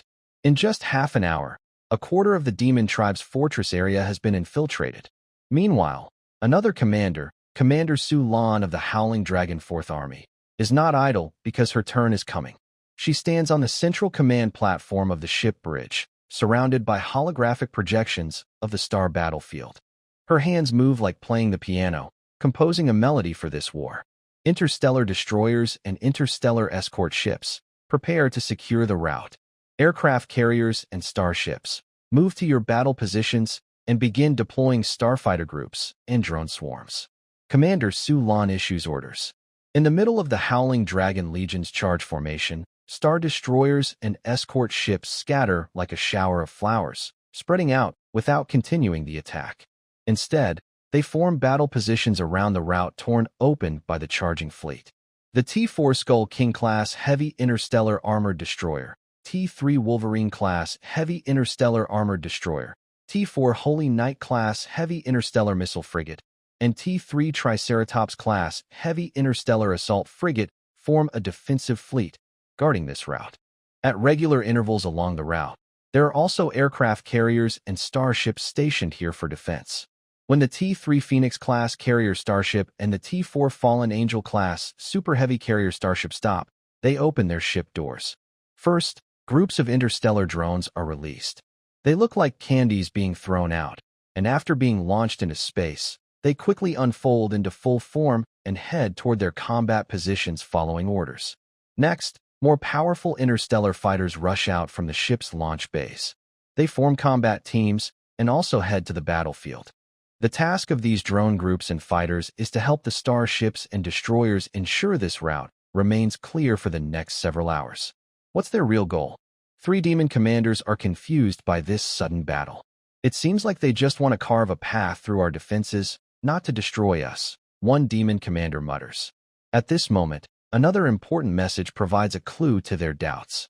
Report: we have detected 8 enemy fleet groups nearby, totaling nearly 25,000 starships. Hearing this, the 3 demon commanders feel a chill down their spines. One quickly asks, are they moving? No, the 8 dragon fleet groups are standing still, not attacking. It seems like they are waiting for something. One demon commander suddenly realizes that all the clues now connect together. They are coming for our main fleet. The demon commander who uncovered the true purpose of the Qianlong Legion pointed at the star battlefield model. These 6,000 Qianlong starships are now tearing through our defenses, creating a path. Because we are blocking their way here, their 30,000 starships can avoid us and travel quickly and smoothly. So, they want to build this safe route to let the 8 Qianlong legions behind pass smoothly, ambushing our 300,000 demon starships. Ambush. How can these over 20,000 starships ambush 300,000? That's a joke. Faced with his comrades' doubts, the demon commander said seriously, with the help of the interstellar warp interceptors, plus the special fleet of all-star missile ships in the Qianlong Legion, and that powerful T5 starship, even if we can't pull off a perfect ambush, it will still cause heavy losses to our 300,000 demon ships. But, is it really such a coincidence? How do they know our 300,000 demon ships are on their way? This question, we don't have time to figure out now. Immediately contact the main fleet and inform them of this urgent situation. Don't you remember? Our main fleet left long ago, now in warp mode. We can't contact them at all. Suddenly, the 3 demon commanders felt the terrifying aura from the Qianlong Legion. They felt as if a hunter was watching them, with eagle-like eyes scanning up and down. What do we do now? 2 demon commanders looked at the smarter, more perceptive comrade who saw through everything. The demon commander clenched his fists, gritting his teeth. We have no choice. No matter the cost, we must stop the enemy's plan. We absolutely cannot let them pass through here smoothly. Command issued. All interstellar warships must attack the enemy's route at all costs and destroy it. With the orders from the 3 demon commanders, the demon starships' attack grew fiercer. However, the defensive positions around that route remained solid as a rock. No matter how the demon starships attacked, they couldn't shake it.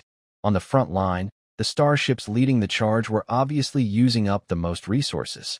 Many of their ammunition supplies were nearly exhausted, leaving only energy weapons that took longer to recharge. Order the first wave of starships to retreat and be reassigned to various defense positions to help defend. Qitong also issued a new command. Since the drill paused, it was time to replace it with a new drill. The starships that were pulled back could be stationed at different defense points along the route, helping to make up for the lack of firepower. Once the second wave of starships took their place, the attack's efficiency clearly improved. Qitong advanced a third of the distance. Qitong advanced halfway. Qitong advanced 7/10 of the way. Finally, at 3 hours and 40 minutes into the attack, Qitong's fleet successfully broke through the enemy's bridgehead position. The first 3 hours saw the attack slow down and become more difficult as it went on. But in the last hour, because many of the enemy's logistical support starships were stationed behind the front lines, the difficulty of the attack suddenly decreased. This allowed Qitong to complete the mission smoothly. Meanwhile, Commander Sulan was also holding the route, allowing no enemy attack to affect it. The route remained under her control. Commander Sulan seemed to have a complete grasp of the overall situation. Report to the commander. Many of our carrier starship pilots have completed over 10 flight missions, and their bodies are now overworked. Some of them even fainted during the battle. My subordinates reported this to Commander Sulan. Commander Sulan said firmly, those who fainted should be immediately taken to the medical bay. The others who can still fight, let them continue. They only need to hold on for 1 more hour. Tell them it's from me, Sulan, please. Understood, the subordinate replied and went to deliver the message. At this moment, a video window appeared in front of Sulan. It looks like you're under a lot of pressure, said Qitong, looking at Sulan. Her forehead was covered in sweat, and her eyes were bloodshot. Did you get through? Sulan asked. Yes, I did, Qitong nodded. Then she looked at Sulan and said, now, I leave it to you. Sulan smiled. For hours of endurance, I'm not worried about just 1 more hour. After that, Tong informed Charlotte's side. Once Charlotte received the message that the ships could pass safely, she immediately ordered 8 Qianlong fleet groups to quickly follow the original plan and pass through the route. The other Qianlong fleet groups went first, with the 1st Qianlong army leading last. The 10th Qianlong fleet was the first to enter the channel. Repeat, quickly pass through the channel. Do not interfere with what's happening around. No starship is allowed to fire.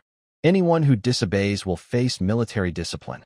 Commander Pei Shengnan of the 10th Qianlong Fleet conveyed this order to the 10 small squads below. After giving the order, Pei Shengnan looked out the window.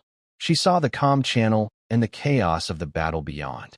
The Qianlong starships looked like guardians, protecting this route. If a starship was destroyed by enemy fire, nearby ships would immediately come to fill the gap. If the ships couldn't arrive in time, a large swarm of unmanned drones and fighter ships would rush in to defend. Looking at those tiny interstellar fighter crafts, unafraid of the huge T3 and even T4 starships, still standing in their place. Pei Shengnan clenched her fists and remained silent for a long time. "Commander, I heard you used to be a fighter pilot?" A voice suddenly spoke. Pei Shengnan saw an open communication window nearby. It was Meteor, the fleet leader of the 10th Army's 3rd Squad. She also knew this person's identity, Charlotte's sister, because they looked very much alike. "Yes, I was a starfighter pilot back then.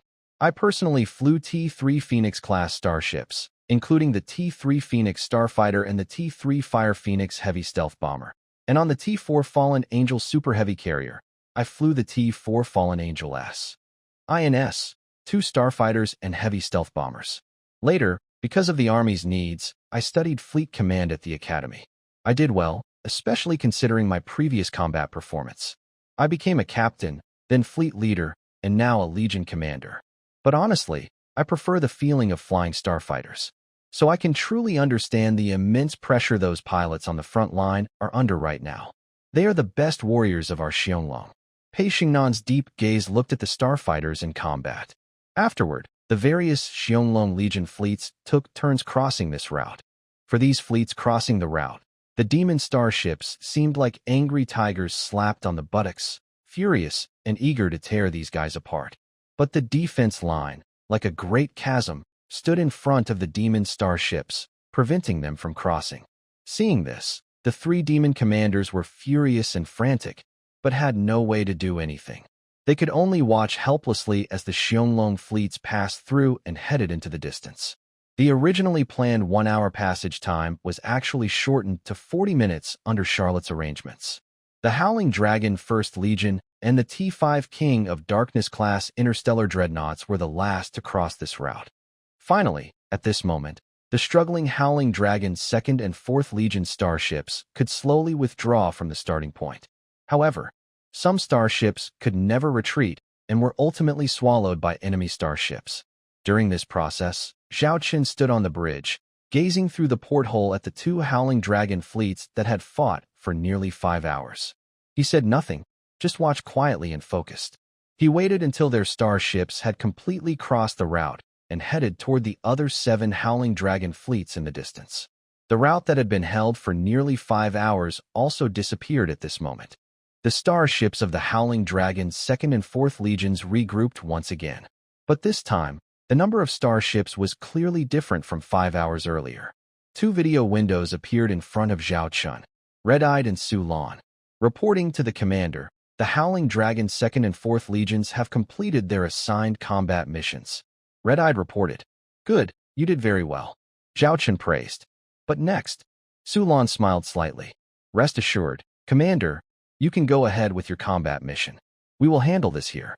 We couldn't fight freely before, but now, we can let these guys see our true strength." According to the original plan, the Howling Dragon 2nd and 4th Legions would stay here after the first phase of the operation to continue fighting the remaining demonic starships.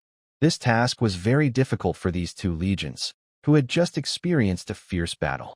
A small mistake could even lead to total defeat. But overall, this is an unavoidable situation. The remaining 8 Qianlong armies must rush to the ambush site. They have no other choice. Zhao Qin took a deep breath and saluted Commander Tong and Su Lan. "This place is entrusted to you." Tong and Lan also saluted the commander. "We are here, waiting for your victorious return." The video window closed. Lilith looked at Commander Zhao Chun, who seemed worried. "You don't need to worry too much. We already have a backup plan." Zhao Chun sighed. "I'm not worried they'll fail. I'm just concerned about their heavy casualties." After 5 hours of battle, how many losses did the Qianlong 2nd and 4th armies suffer? Lilith, as the chief secretary, knew these figures well. But if possible, she didn't want to show them to the commander now, because she knew he wasn't the type to coldly accept his own side's losses. However, seeing his determined look, she reported the data. So far, the Qianlong 2nd and 4th armies have lost nearly 3,000 interstellar warships, including 1/3 that were severely damaged and had to abandon their ships. Losing nearly 3,000 warships. Zhao Chun closed his eyes. In the previous battle against the demon race, they only lost about 3,000 warships. But their 2 fleets also destroyed nearly 20,000 enemy warships. The battle loss ratio is 6-1, which is quite good, Lilith said with some pride. The previous battle against the demon race had a loss ratio of 15-1, which seemed worse than this time. But remember, this time only 2 Qianlong armies fought, without T5 interstellar warships or fleet support. They also had to tear open the enemy's front line, create safe routes, and maintain those routes. Achieving a combat loss ratio of 6-1 is already a very impressive record. In other words, the enemy still has 40,000 interstellar warships, Zhao Chun muttered. Lilith nodded without saying more. Zhao Chun opened his eyes, his gaze sharp like an eagle. "Don't let down the efforts of the 2nd and 4th armies. Let's give our guest from the demon clan a good reception. 300,000 interstellar warships. I want them all to stay here." His tone was commanding. Meanwhile, after the Dragon Squadron left, the 3 demon commanders' fleet, the demon clan's interstellar ships, saw that pursuit and interception were hopeless. They naturally directed their anger at the 2 Dragon Squadron fleets in front of them. 40,000 demon ships attacked the remaining 3,000 dragon ships, even beginning to surround them. It looked like they wanted to wipe them all out here. The 3 demon commanders also angrily issued orders. "Tear them apart. Tear them apart. Those darn guys, destroy them all here. Not a single ship should escape. Since we are to be punished by His Majesty, we must make these guys pay a bloody price." Under the fierce attack of 40,000 ships, the 3,000 dragon ships looked like a small boat caught in a raging storm. They were shaky, but managed to hold on. At this moment, whether it was the dragon interstellar ships or the demon ships nearby, their radar showed large energy reactions from many ships. In the distance, the engines of many ships shone like stars. Several video windows connected to Tong and Lan. "Sorry for being late," Princess Branky said with a smile. "Our Dragon Legion fleet of 20,000 ships has come to support. This time, our dragon tribe will personally make these demons pay the price. Hee hee. At last I have a chance to act. The 100 Beasts army has 20,000 starships ready for battle." Excitedly, Chief Bear of the Beast tribe said. Charlotte's father, Leader Ted, smiled and said, "I have been ordered to lead a fleet of 100,000 starships to support. A total of 500,000 starships. Although not as large as the Eagle Dragon Legion, coordinating with the Eagle Dragon's 2nd and 4th legions to deal with the remaining demon fleet is no problem. This local war seems to have just begun." After an hour of faster-than-light travel, the Eagle Dragon fleet arrived in a dark, endless starry space. "Report. All starships have reached their designated positions. We can start the ambush," Lilith said, looking at Zhao Chun. "Hurry up and begin," Zhao Chun replied. The reason for leaving the demon's bridgehead base, traveling for an hour, and then setting the trap is because Zhao Chun and his team are not sure where the 300,000 demon starships will end their faster-than-light travel. If they finish their jump far away, their ambush could fail. So, it's best to choose a location farther from the demon base. Originally, they planned to set the trap at least 3 hours into the journey. But now, the travel time has been shortened from 20 hours to 9 hours. Zhao Chun and his team can only settle for a second choice. They hope the demon starships won't exit faster-than-light travel too early. Zhao Chun sat on the sofa, watching the live feed of the ambush preparations. They saw the T3 White Whale-class heavy starship and T4 giant whale-class heavy starship heading toward various positions. Once they arrived, the hatches opened. Then, shuttles and small transport ships carried 12-faced mechanical devices toward different directions. Some of the positions are quite close, where the Dragon Legion fleet is currently stationed. But most are very far away, so far that Zhao Chen's naked eye cannot see them. This time, they are planning to ambush 300,000 demon starships. This means the ambush zone must be large enough to hide all these ships. Notably, some objects dragged by small transport ships have changed from 12-sided devices to black crystal-like structures shaped like tombstones. Everyone recognizes the first type, the T3 Ranger-class Starship Speed Interceptors. The Dragon Legion has long used these interceptors, which have contributed greatly to their success. The second type is a new technology Zhao Chen developed. It's called the T4 Tombstone-class Starship Speed Interceptor. There are only a few T4 Tombstone Interceptors, about 1% of the T3 Rangers. They look just like their name suggests, simple tombstone shapes. When setting up these interceptors, it's clear that the T3 Rangers are arranged around the T4 tombstones, forming a matrix structure. This setup maximizes the effectiveness of both types of interceptors. Zhao Chen watched this net gradually take shape. Its width is so vast that even his T5 Underworld-class starship, the Starship Thunder, cannot scan the entire area with its radar. This shows how large Zhao Chen's net is. After all, this is a graveyard meant to hide 300,000 starships. Originally, it would take 5 hours to set up these ambush measures. But thanks to Lily's careful planning, the time was cut down to just 3 hours. In total, from attacking the Demon Fortress, crossing the channel, traveling at warp speed here, to completing the ambush, less than 9 hours passed. Now, Zhao Chen finally feels at ease. Report to the commander. All T3 Ranger-class Interstellar Faster-than-Light Interceptors and T4 Tombstone-class Interstellar Faster-than-Light Interceptors are fully activated and will be operational for 50 hours. All starships have also moved into our designated battle positions, Charlotte reported. Then we wait patiently for the enemy to come, said Zhao Chen. Charlotte, I am handing over all command to you, including the T5 Pluto-class Interstellar Fearless ship and those other vessels. Everything is under your control. I have only one request. I want to make sure the enemy fleet of 300,000 starships has no way back, Zhao Chen said confidently. Charlotte stood straight at the video window. I will complete the mission. The commanders of the Falcon Dragon Corps held their breath. All the starship cannons and weapons were on high alert. They knew this battle was very important for the Falcon Dragon Corps. For this ambush, the 2nd and 4th Army groups suffered heavy losses, losing more than half their forces. If they couldn't effectively stop and destroy the enemy in this ambush, they would face great pressure in a fair fight. They might also have to use more resources on the battlefield. This is the only weakness of the Falcon Dragon Corps right now. Falcon Dragon Interstellar Missile Fleet. Flagship, are all the Starship missile launchers ready and on standby? White Snow, the female wolf, asked her team again with concern. Rest assured, Commander. Over 300 Starship missile ships have all their launchers ready. As soon as the enemy appears, we can fire all missiles within 10 minutes, her team confidently replied. White Snow licked her lips. Speed is important, but accuracy is even more so. Once the enemy appears, assign the attack mission within 10 seconds. Be quick. Be precise. The 9th Legion flagship of the Xianlong Fleet, Bridge Commander Qing Man, the Snake Woman, nervously licked her lips. Although she had plenty of combat experience and had fought many battles alongside Mistress Medusa before, this battle was the most stressful she had ever faced.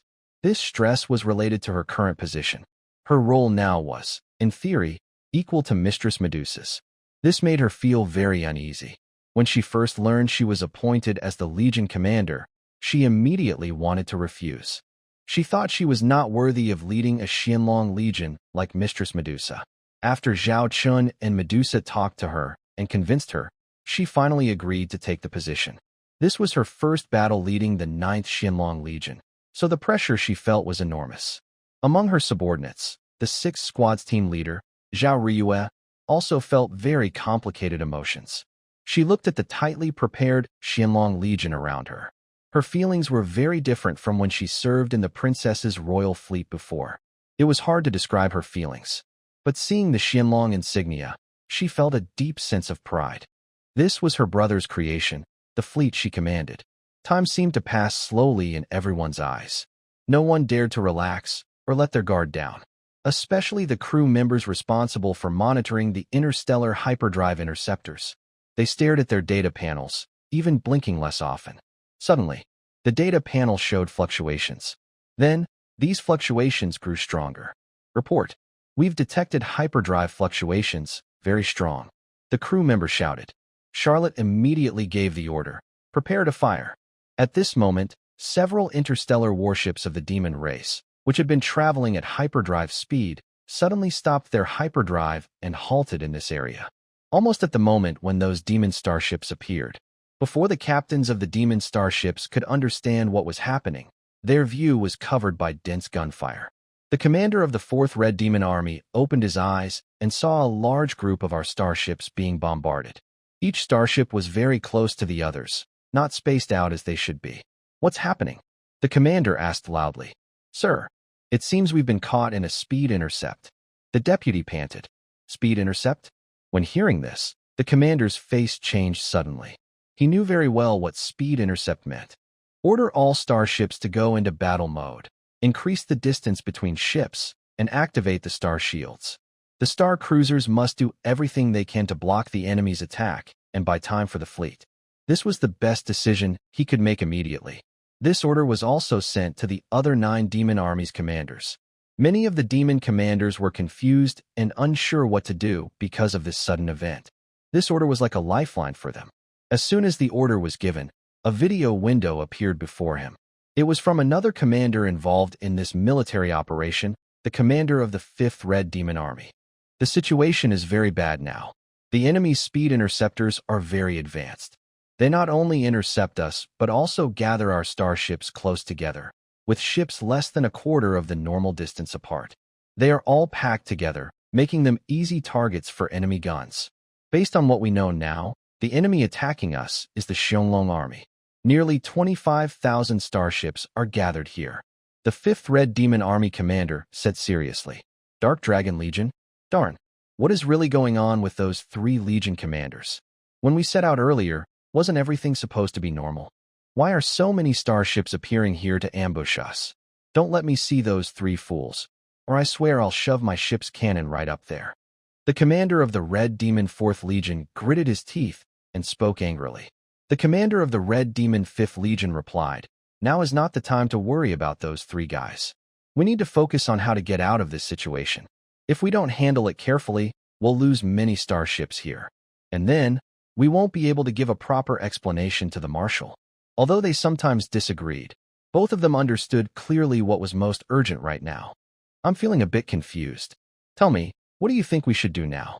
Asked the 4th Legion commander, knowing that the other was usually very cautious. The 5th Legion commander said, The enemy came prepared. Their star fleets are everywhere. The only thing we can do now is break through. Try every possible way to escape. Use our 2 T5 starships to lead the charge. It's risky, but it's the only way to reduce our losses. If we can break out, regroup in the open space, and then fight the enemy again, we might have a chance to strike back. Leading a breakout with just 2 T5 starships is very risky. But, honestly, it's the only option we have right now. Then do as you say. Break out quickly, minimize losses, and organize a counterattack. The 4th Legion commander clenched his fists and said fiercely, I want those ambushers to pay a heavy price. Don't rush. The breakout must be carefully planned.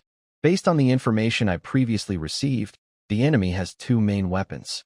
One is the T5 class interstellar battleship, and the other is a special fleet made up entirely of interstellar missile ships. We should wait until the enemy uses these 2 weapons before breaking through. Hearing the commander of the Red Demon 5th Army, the commander of the 4th Army frowned and said, Wait for the enemy to attack first? Won't that cause us significant losses? Losing some soldiers is unavoidable right now. We can only break out and counterattack after suffering some damage. This way, we can minimize our losses, the 5th Army commander replied seriously. The commander of the Red Demon Fourth Army hesitated but ultimately agreed with the plan. At that moment, they saw a large number of interstellar missiles heading toward their demon fleet. 300,000 demon interstellar warships crowded in one area, making it the perfect target for missile attacks. The commander of the Red Demon Fourth Army watched as their ships exploded. The outer demon fleet was already in a sea of fire, with wreckage of ships everywhere. Some ships didn't even have time to activate their shields. Even if they had shields, under such dense missile bombardment, even T4 class ships would struggle to survive. If a ship was hit and exploded, nearby ships could also be affected due to their close distance. This round of missile attack lasted nearly 10 minutes. The commander of the Red Demon Fourth Army's eyes nearly popped out, his veins bulging as if he might explode at any moment. In contrast, the commander of the Red Demon Fifth Army remained calmer, watching the apocalyptic scene unfold. His opinion of the Dragon Legion improved significantly. Just from the recent wave of interstellar missile attacks, based on the intelligence received about the assault, it is estimated that nearly 5 million interstellar missiles have fallen on our fleet. Among them, we also found T4 class interstellar missiles from a T4 class missile ship. So far, the casualties include at least 50,000 starships. This number accounts only for the ships that were directly destroyed. The ships that were damaged or indirectly affected are counted equally. Moreover, if our T4 class starships hadn't taken on some of the enemy's fire, the losses would have been even greater. Losing 1/6 of our combat power in just this first attack is a heavy blow. These two demon commanders probably have never fought such a fierce battle in their lives. Meanwhile, Commander Zhao Chun of the Shadow Dragon Legion feels complicated. He has just spent nearly 100 billion star coins on ammunition. Looking at the enemy's destroyed starships, Zhao Chun feels a mix of pain and happiness. When do we get to fight? Xiao Xiao blinked her big eyes, looking at Zhao Chun behind her, eager and impatient. Seeing the other starships fighting happily and aggressively, she couldn't help but feel anxious. Don't worry. The opponent of the King of Darkness isn't these weak ships, Zhao Chun said with a smile. Report. After scanning with several T4 Siren ships, we found 2 T5 class starships among the enemy. They are the terrifying medium-sized starship battleships of the demon race, the T5 Terrorblade class, his subordinate reported. Zhao Chun narrowed his eyes slightly. Sure enough, 2 big ships are here. The T5 Terrorblade class medium starship battleships are based on intelligence gathered from the T4 Siren ships sent to scout the demon territory earlier. They are known T5 starships in the demon race's fleet. Commander, are these 2 ships our targets? When Shui Xiaoxiao heard the news, her eyes looked as if a lonely old man saw a widow at the village entrance winking at him. Twice. Zhao Chun smiled silently. Shui Xiaoxiao understood the commander's plan and began to get ready. As the commander said, with these 2 big fish around, the smaller fish and shrimps are really not worth mentioning. However, for some reason, the evil demon starships kept trying to break out a few times, but their efforts were weak and were stopped by the Dragon Wing Legion outside the encirclement. The 2 T5 terrifying Blade-class medium starship battleships never joined the fight. They didn't even appear on the front lines, as if waiting for the right moment. Since they were waiting, we would wait with them. Let's see who can last longer. It's like both sides have bombs, and it's a matter of who can hold out until the end. In the end, the demon fleet couldn't hold on any longer. The crowded and passive battle environment caused heavy losses to their starships. On average, at least 300 demon starships were destroyed every minute. Remember, even the worst among them were T3 level starships. Now we must break out. The Red Demon Fourth Army commander shouted angrily. Seeing the damaged demon starships, he felt his heart bleed. After returning, the marshal would definitely blame him. The Red Demon Fifth Army commander wanted to wait a bit longer. But seeing several demon commanders already losing patience, he knew that if they waited any longer, morale might collapse. That would make things even worse. All right, I've drafted a breakout plan. Once I give the order, these demon legions will feint attack in 3 directions. Additionally, I want these starships to immediately gather around our 2 T5 terrifying blade flagships, and then break out in the designated directions. The commander of the 5th Legion of the Red Demon issued the final breakout mission. The commander of the 4th Legion looked at the battle plan, which called for a fleet of T4-star ships.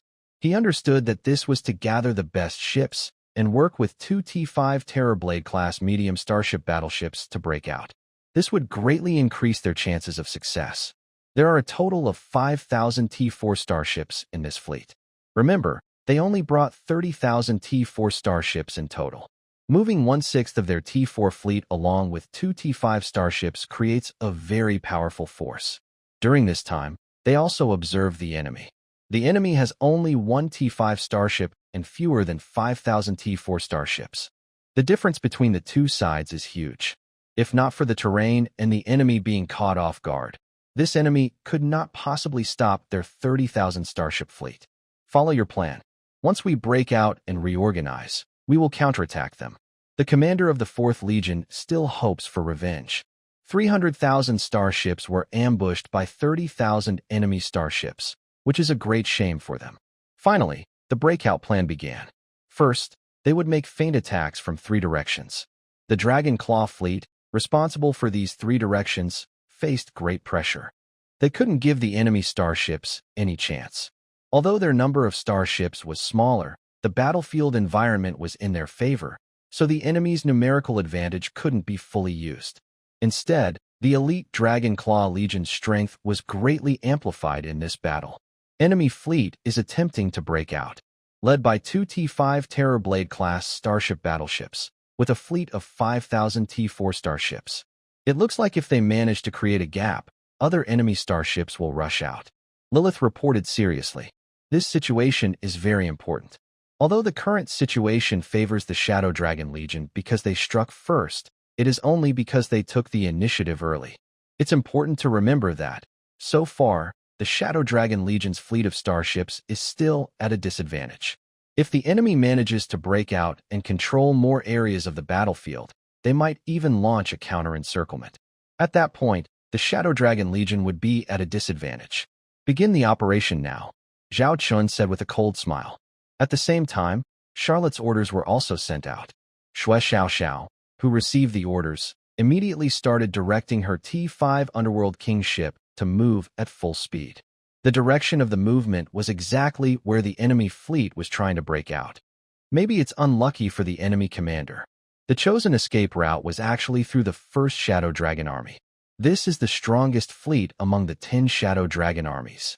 When facing an enemy fleet that had already gathered, led by 2 T5 starships and 5,000 T4 starships, the first Shadow Dragon army did not directly block the enemy, but chose to retreat. This surprised the enemy for a moment. But soon, they saw a huge ship appear in front of them. Its size was so large that even 2 of their T5 Terrorblades combined were smaller than this starship. Are the enemies trying to use a T5 starship to block us? Asked the commander of the 4th Red Demon Army, puzzled. According to our intelligence, this T5 starship has some electromagnetic interference ability, but its range is limited. We should split our 2 T5 Terrorblades apart and keep a good distance between them. That way, even if it has this ability, it can only affect one of us. Then, the other can attack. 1 T5 Terrorblade, combined with several thousand T4 starships, can definitely take down this enemy T5 starship. The demon commander of the 5th Legion confidently declared. On this battlefield, 3 T5 interstellar warships are positioned very carefully, forming a perfect triangle. Meanwhile, in the darker part of the starry sky, several other warships are floating nearby. Check again if short-range space jumps are possible here. This route is very unstable, so we must ensure safety, the captain asked again. Report, although long-distance space jumps are risky due to the unstable space, our estimate shows that the danger for short-range jumps is only 0.017%. There is no problem, the subordinate assured repeatedly. The captains were very nervous at this moment because this was the first battle for this type of starship. They were just waiting here for a command. Suddenly, a command window appeared in front of them. Almost at the same time, the captains issued the orders. Input coordinates and prepare for space jump. The 3 T5 interstellar warships now formed a corner formation on the battlefield. Report, the enemy T5 interstellar warship has entered attack range. The subordinate reported to the commander of the Red Demon 4th Legion. The commander of the Red Demon 4th Legion looked at the video window, showing the 5th Legion commander. Initiate the attack. All ships are advancing, but keep your distance and watch out for enemy countermeasures, the cautious 5th Legion commander said in a deep voice. After hearing this, both demon commanders immediately gave their orders. Two T5 fearsome Blade-class medium starship cruisers launched their attack. They each had two main guns on either side of their bows, looking like sharp blades growing from their heads, shining brightly. A few seconds later, four beams of light shot directly toward the T5 King of Darkness-class starship Dreadnought. The beams heavily struck the star shields of the T5 Dreadnought. Warning! Warning! Warning! The star shield is under attack. The star shield is under attack.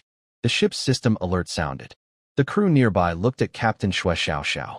But ч27 was calm and said, "Wait a little longer, get closer." The star shield's energy started to drop quickly. This was because other T4 Demon-class starships were approaching and attacking. With so many T4 starships and two T5 Terrorblade-class medium starship battleships, their firepower was a serious threat even to the T5 King of Darkness-class starship's star shield. The crew members grew nervous, their eyes shifting between Captain ч27 and Commander Zhao Chen. If only they were alone on the ship, they might take the risk. But since Commander Zhao Chen was here, they were more worried about his safety. Commander Zhao Chen, however, looked very calm. He leaned back on the sofa, crossing his legs, appearing relaxed and unconcerned. It was as if he didn't fully understand the situation. 3 minutes passed. The T5 King of Darkness-class starship's star shield was truly strong. After enduring 3 minutes of enemy fire, the shield's energy level had only dropped to 50%. Meanwhile, the two fleets had moved closer together. The short and medium-range cannons of the demon starships could now target the T5 King of Darkness ship. This increased the pressure on the T5 ship.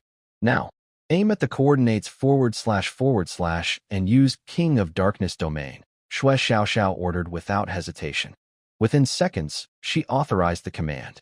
Soon after, on the ship's radar, a bright spot appeared, exploding among the demon fleet on the left side.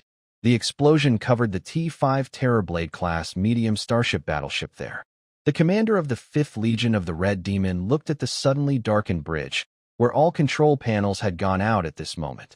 The crew on the bridge immediately became confused and anxious. Stay at your stations. As I said before, restart all systems of the starship immediately. Once communication is restored, contact the other interstellar warships. The commander of the 5th Legion of the Red Demon remained calm and issued orders steadily. He had expected the enemy's countermeasures on their T5 interstellar warship, so he was not surprised. In fact, he felt more at ease. If the enemy's tactics were always hidden, it would cause unease. But when they used their tactics, it brought reassurance. With this, another T5 medium-sized interstellar battleship, the Terrible Blade class, could lead the remaining demon fleet to attack and take advantage of the situation to destroy the enemy's T5 warship. According to current intelligence, the enemy only has one T5 warship. Most likely, the enemy commander is on that T5 warship. Destroying it would turn the tide of the battle. This enemy ambush would become a trap that they would fall into and be wiped out. He walked to the window and looked outside through a primitive deep space telescope. Although he couldn't see clearly, it was better than knowing nothing.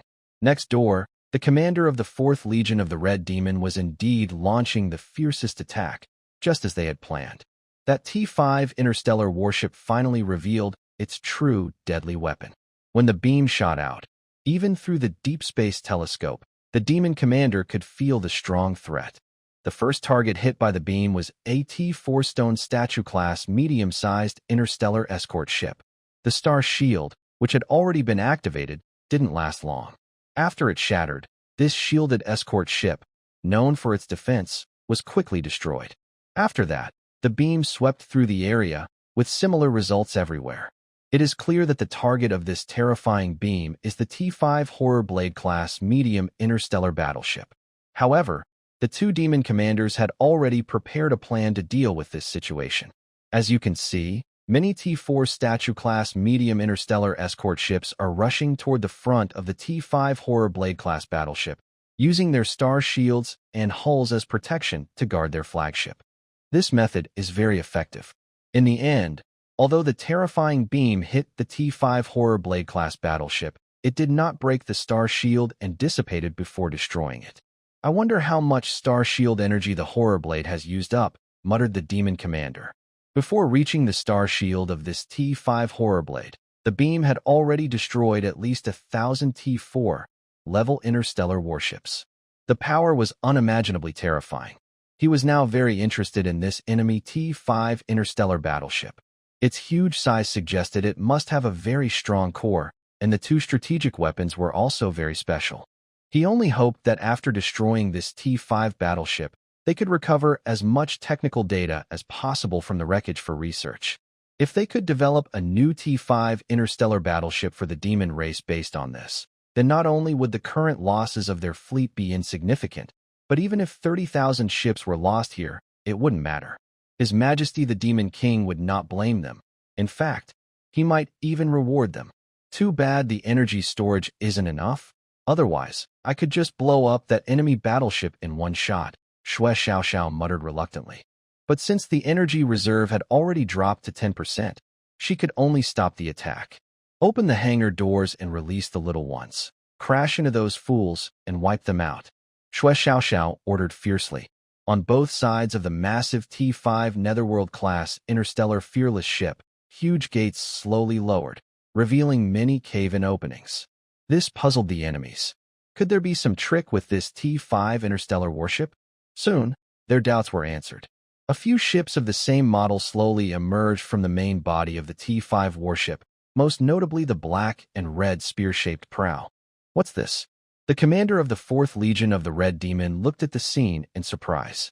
He watched 10 identical ships gradually appear from the T5 warship's hull. But this type of ship had never appeared before in the enemy's fleet. It wasn't in their intelligence database either. This was a new type of interstellar warship never seen before from the enemy's Dragon Eagle Legion. It looks like an interstellar destroyer, but its size is several times larger than a standard T4 destroyer, the deputy whispered nearby. Could this be an enemy T5 destroyer? A T5 interstellar destroyer? Thinking about this possibility, the commander of the Red Demon 4th Legion swallowed hard. He had already seen the combat power of this Dragon Eagle Legion's warship on the front lines. This made him cautious about any new warship from the enemy, especially if it was a T5 destroyer. But as a proud demon commander, he couldn't show any fear.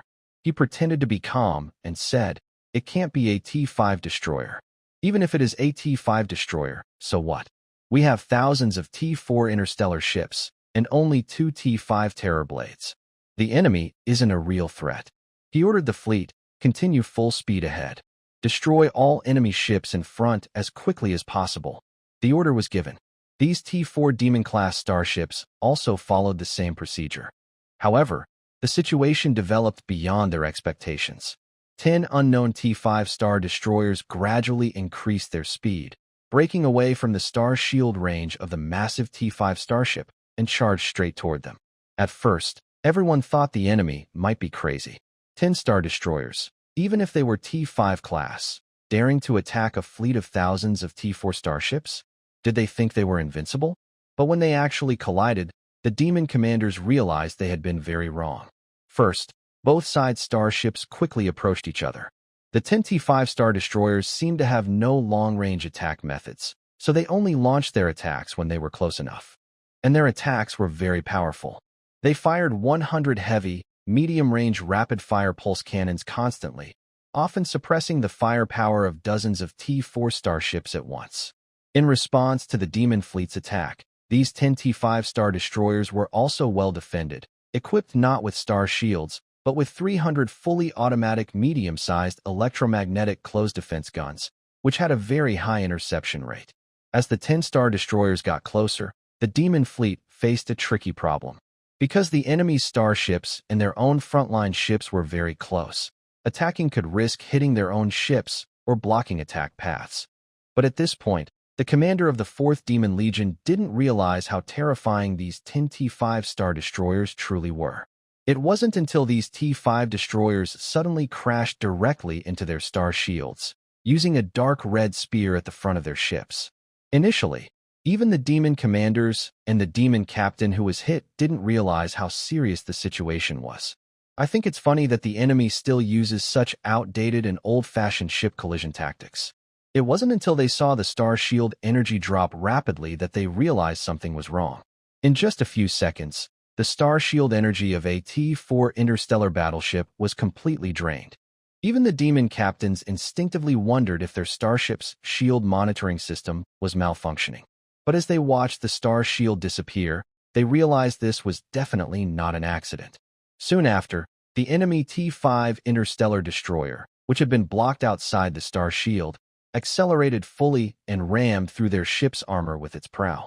Before they could react, the entire fleet's alarm sounded. High-intensity electromagnetic field detected. Evacuate immediately. Evacuate immediately. Within just a few seconds of the alarm, all systems on this starship shut down, and many crew members died instantly. Then, the ship was torn apart and split in two. The T-5 interstellar destroyer, which had caused all this destruction, seemed as if nothing had happened and headed straight for its next target. Such incidents kept happening over and over again. The commander of the Red Demon Fourth Army was frantic, like an ant on a hot pan, but he had no way to stop these events. Even if his T-5 Terrorblade-class medium-sized starship found an opportunity to attack the T-5 destroyer, it wouldn't be able to destroy it quickly. It's hard to believe how this relatively small ship can support such a huge starshield energy. This was the mystery weighing on their minds at that moment. It looks like the first battle of the T-5 Chaos Knight heavy assault starship went smoothly. Zhao Chun sat on the sofa, smiling as he watched this scene. Although ramming as an attack method seems outdated, it is actually the most economical on the battlefield. Compared to the terrifying consumption of those star missile ships, this is a cost-effective ship. Using the Chaos Spear, it quickly absorbs energy from enemy starships' shields, which can be used for electromagnetic attacks or to replenish its own shields. Getting this ship close to enemies in melee combat is truly nerve-wracking. These 10 T-5 Chaos Knight-class heavy assault starships are one of the reasons Zhao Chun dares to let the T-5 Underworld King-class starship stand alone here. The number 10 was carefully planned and built by Zhao Chun, working tirelessly with Annie and others to optimize the process.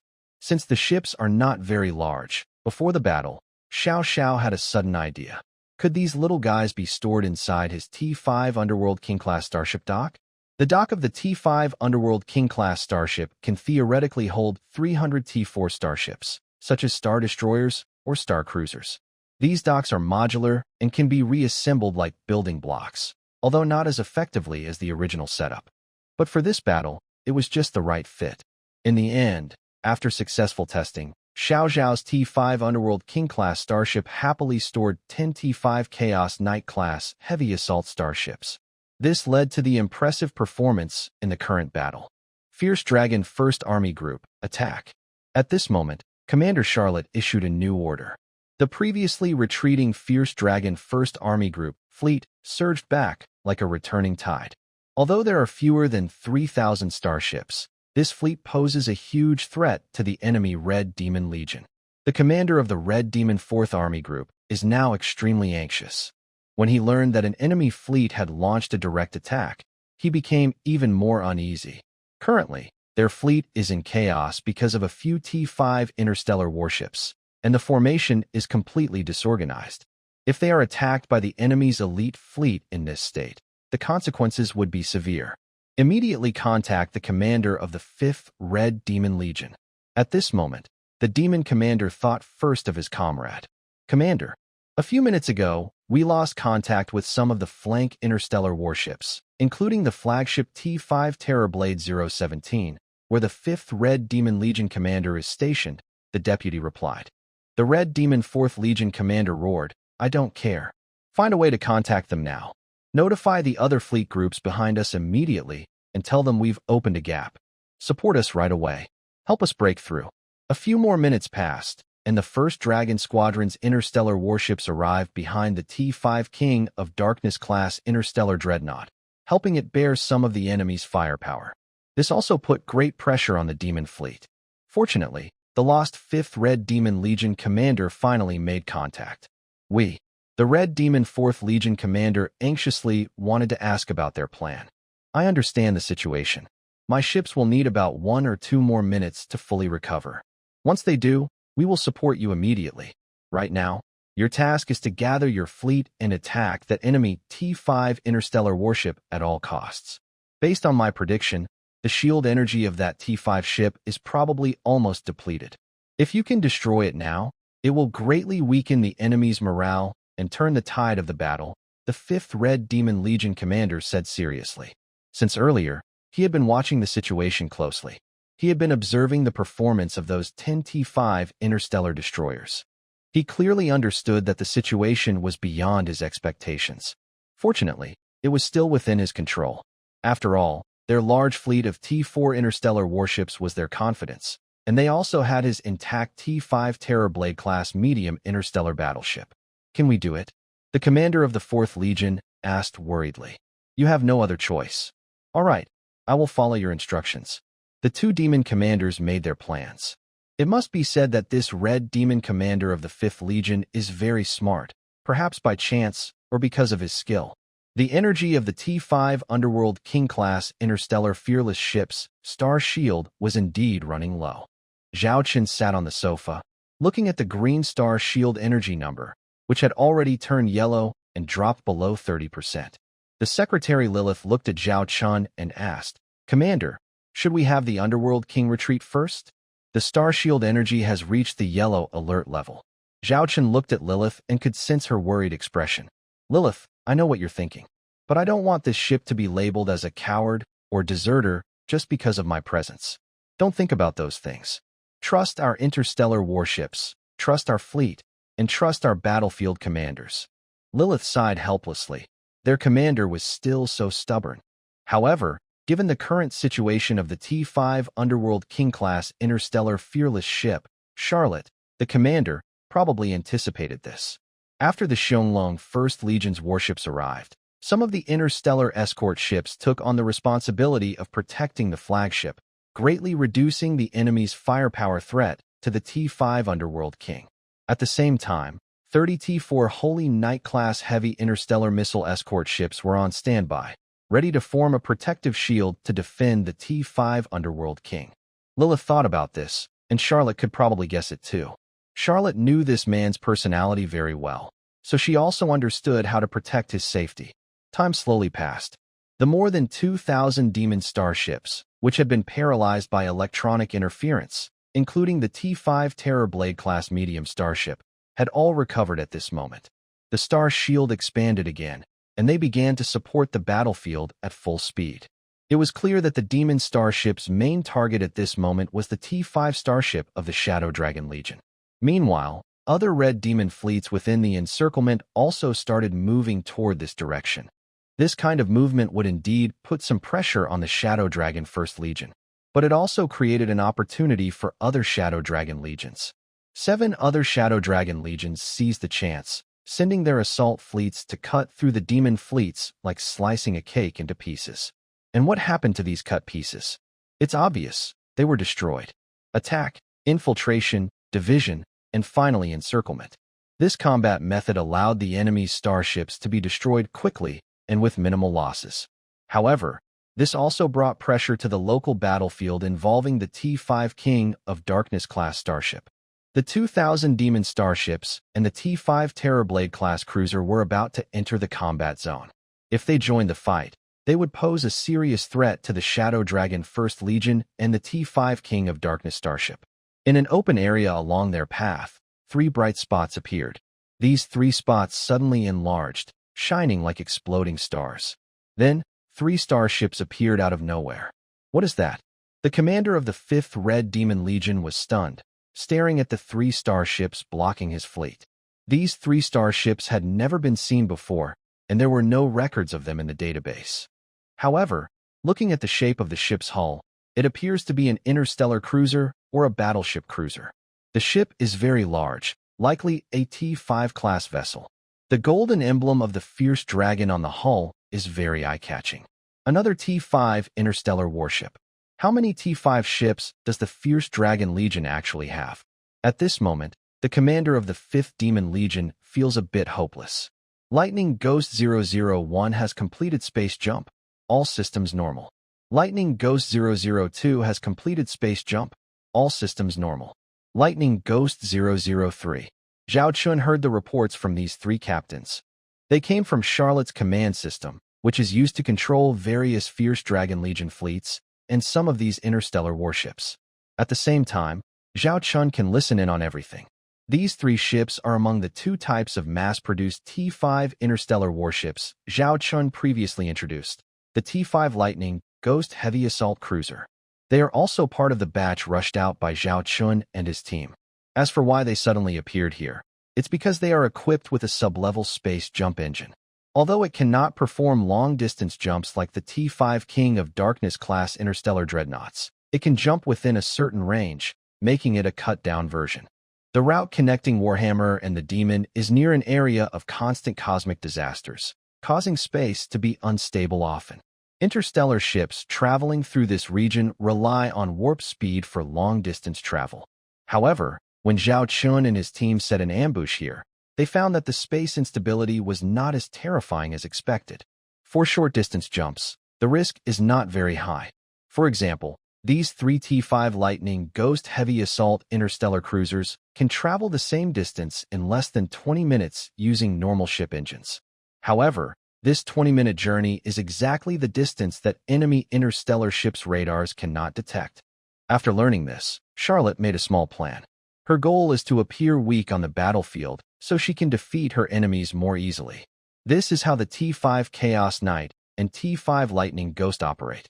Now is the time for these 3 T5 Lightning Ghost Heavy Assault Interstellar Cruisers to show their strength. The 3 ships stand tall like gods, blocking over 2,000 demon starships led by the commander of the 5th Demon Legion. 3 T5 starships, so what? I'm not afraid of you. Keep attacking and charge at full speed. The commander of the 5th Demon Legion orders through gritted teeth. Suddenly, on the edge of the battlefield, a rain of shooting stars rushes toward them. The attack hits exactly where the commander is located. Detected incoming interstellar missile attack. Please be alert. Please be alert. All the demon starships' bridges in this area sound alarms. Not good. Cease the attack and focus on intercepting the incoming missiles. The commander remembers a terrifying scene from before and quickly changes his orders. His orders are timely. But under this fierce firepower, some things cannot be changed. This area turns into a sea of fire. Hee, I'm glad I made it in time. The wolf girl Snow White stands on her ship's command chair, watching the scene of destruction in the distance. She feels very happy, her tail spinning like a fan. Her flagship, the T4 Hell Angel Heavy Interstellar Missile Ship, continues to fire missiles nonstop. But this happiness is short-lived. A few minutes later, over 300 interstellar missile ships in the area fell silent, as if the fierce roars just now were not from them at all. They simply became quiet, like innocent virgins. "Ah, it's over," said the wolf girl, Snow White, with a lingering regret. These interstellar missile ships were powerful and exciting, but each time, the experience was never completely satisfying. After a full salvo, they needed a lot of time to resupply their missiles, which meant they could only watch the battle during that period. It was both fun and painful at the same time. Right after this intense attack, 3 T5 Lightning Phantom-class heavy assault interstellar cruisers took the initiative to attack. They believed in the motto, "Strike hard when your enemy is weak." Although these were cruisers, their firepower was terrifying, far surpassing the neighboring T5 Chaos Knight. They even outmatched the T5 Terrible Blade belonging to the enemy's Starship Battleship class. They were equipped with 38 heavy orbital main guns, 300 heavy electromagnetic pulse rapid-fire cannons, and 300 fully automatic medium electromagnetic close-defense guns. Their charge was fierce, like destroy a ship in 10 steps, leave no trace in 1,000 miles. Plus, after the missile attack just now, nearly 1/3 of the Demon T4 starships were lost. The remaining 2/3 survived, but their star shields were almost depleted. With the chaotic formation, these 3 T5 Lightning Phantom-class cruisers wreaked havoc, making it impossible for the Demon starships to mount an effective counterattack. Stay calm. Stay calm. Focus on the flagship and reorganize the formation," shouted the commander of the 5th Demon Legion through the command channel. However, few demon starships could remain calm and recover quickly in this situation. Meanwhile, the commander of the 4th Demon Legion faced the worst situation. Support had yet to arrive. Plus, with the addition of the Xianglong 1st Legion, the demon fleet under the 4th Demon Legion's command was in chaos. Amidst the chaos, several sharp blades aimed directly at the flagship of the 4th Legion of the Red Demon. By the time he reacted, he was surprised to see that 6 of the 10 T5 interstellar destroyers had suddenly moved close to him. Before he could respond, these 6 T5 interstellar destroyers rammed their bows into the star shield of the T5 Terrorblade-class medium interstellar battleship. It's important to note that the star shield of this T5 Terrorblade had previously endured the main gun attack from the T5 King of Darkness-class fearless interstellar ship, so its shield energy was already low. Additionally, this T5 Chaos Knight-class heavy assault interstellar destroyer had special features. When the Chaos Spear struck the star shield of the T5 Terrorblade, it began rapidly draining the shield's energy. The commander of the 4th Legion of the Red Demon watched the star shield energy drop at an astonishing rate. It changed from green to yellow in the blink of an eye, then turned red in less than half a minute. "Support us immediately," the commander shouted in panic. Other demon interstellar ships saw their flagship threatened and wanted to help. But the firepower of the frontline 1st Legion of the Howling Dragon and the T5 King of Darkness-class fearless ships was too strong, so they couldn't retreat many ships quickly. And the few demon ships that did retreat couldn't do much against the star shields of the T5 destroyers. Soon, the star shield energy of the T5 Terrorblade-class battleship was completely depleted. 6 T5 Chaos Knight-class heavy assault destroyers, like a pack of wolves, revealed their fangs, targeting a lone lamb. "Attack!" The captains of the 6 Chaos Knights issued orders almost simultaneously. 6 Chaos Spear ships charged straight at the prey. The flagship of the 4th Demon Legion fleet, a T5 Terrible Blade-class medium interstellar battleship, bridge at this moment. The bridge could feel a shaking like an earthquake. The commander of the 4th Legion, sitting in the captain's chair, also felt the tremor. Suddenly, the right side of the bridge lifted sharply, tilting nearly 60 degrees. Many people on the bridge fell to the ground. "Warning! Warning! Impact detected on the mid-starboard side. Armor is under attack." Armor strength in this area is decreasing rapidly. The alarm sounded at this moment. Then, the bow of the ship suddenly lifted high, tilting almost 90 degrees. This caused the demon commander's head to snap back. He slid off the captain's chair, falling backward and hitting the floor hard. He rolled several times. If he hadn't hit an obstacle behind him, he might have rolled away endlessly. "Warning! Warning! Impact detected below the bow. Armor in this area is compromised. Warning!" System alerts kept sounding one after another. The entire bridge became chaotic. The demon commander wanted to stand up, but the shaking bridge made it very difficult for him to even stay steady. Creaking sounds filled the air, as if the ship's material was rubbing against itself, making him feel anxious and uneasy. "Commander, this flagship is beyond saving. The most important thing now is to keep you safe. We should immediately take a shuttle and escape." The vice commander staggered over, helping the demon commander to his feet and urging him. "But the demon commander looked at the bridge. A T5 Terrible Blade had been destroyed in his hands, and he couldn't imagine the consequences. "No matter what, saving your life is the most important," the vice commander emphasized. The demon commander listened to the increasing sound of metal grinding nearby. He was sure that the structure of the starship's frame had been damaged. "Let's go?" The demon commander made a firm decision. Quietly, he led a few trusted allies and guards along a secret passage to a hidden hangar. The bridge was very large, so most people didn't realize that their leader had already abandoned them.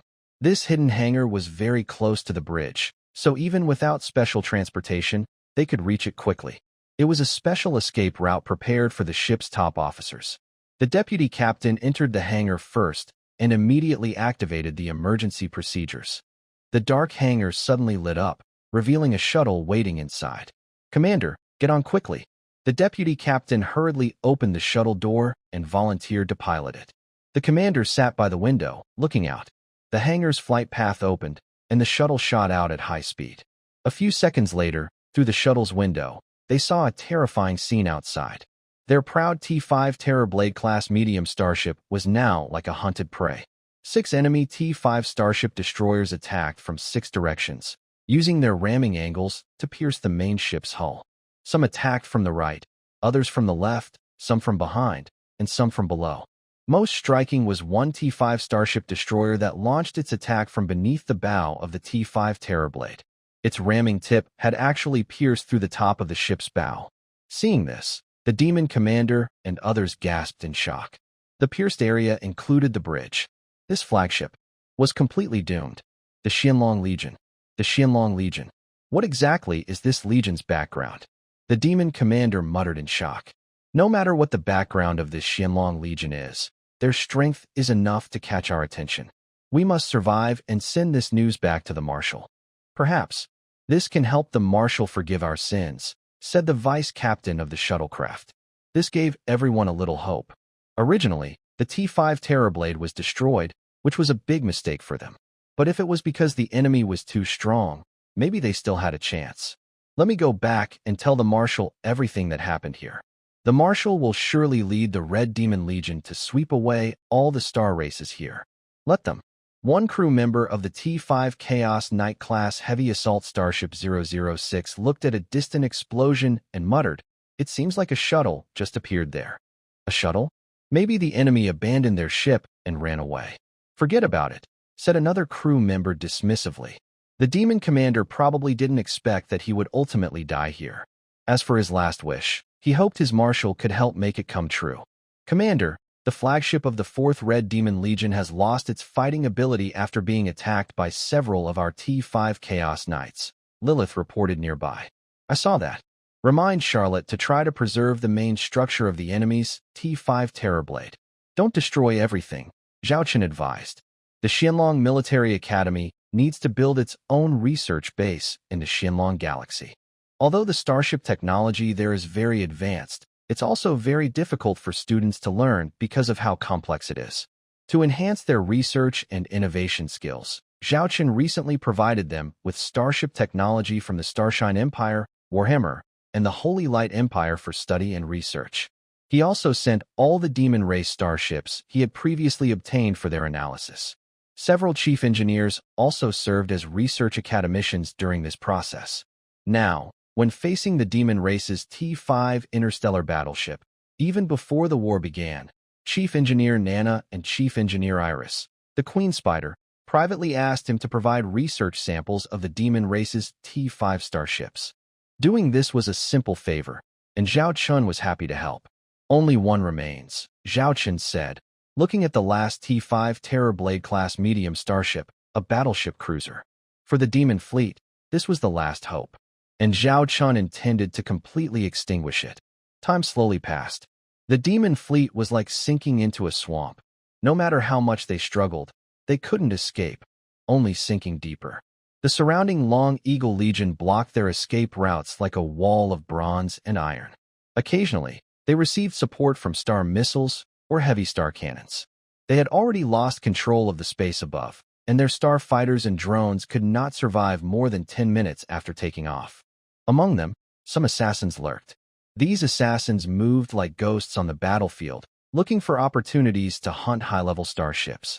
Their targets were often main combat ships of the Demon Race T4 starships, such as the T4 Demon Hunter-class medium starship battleship.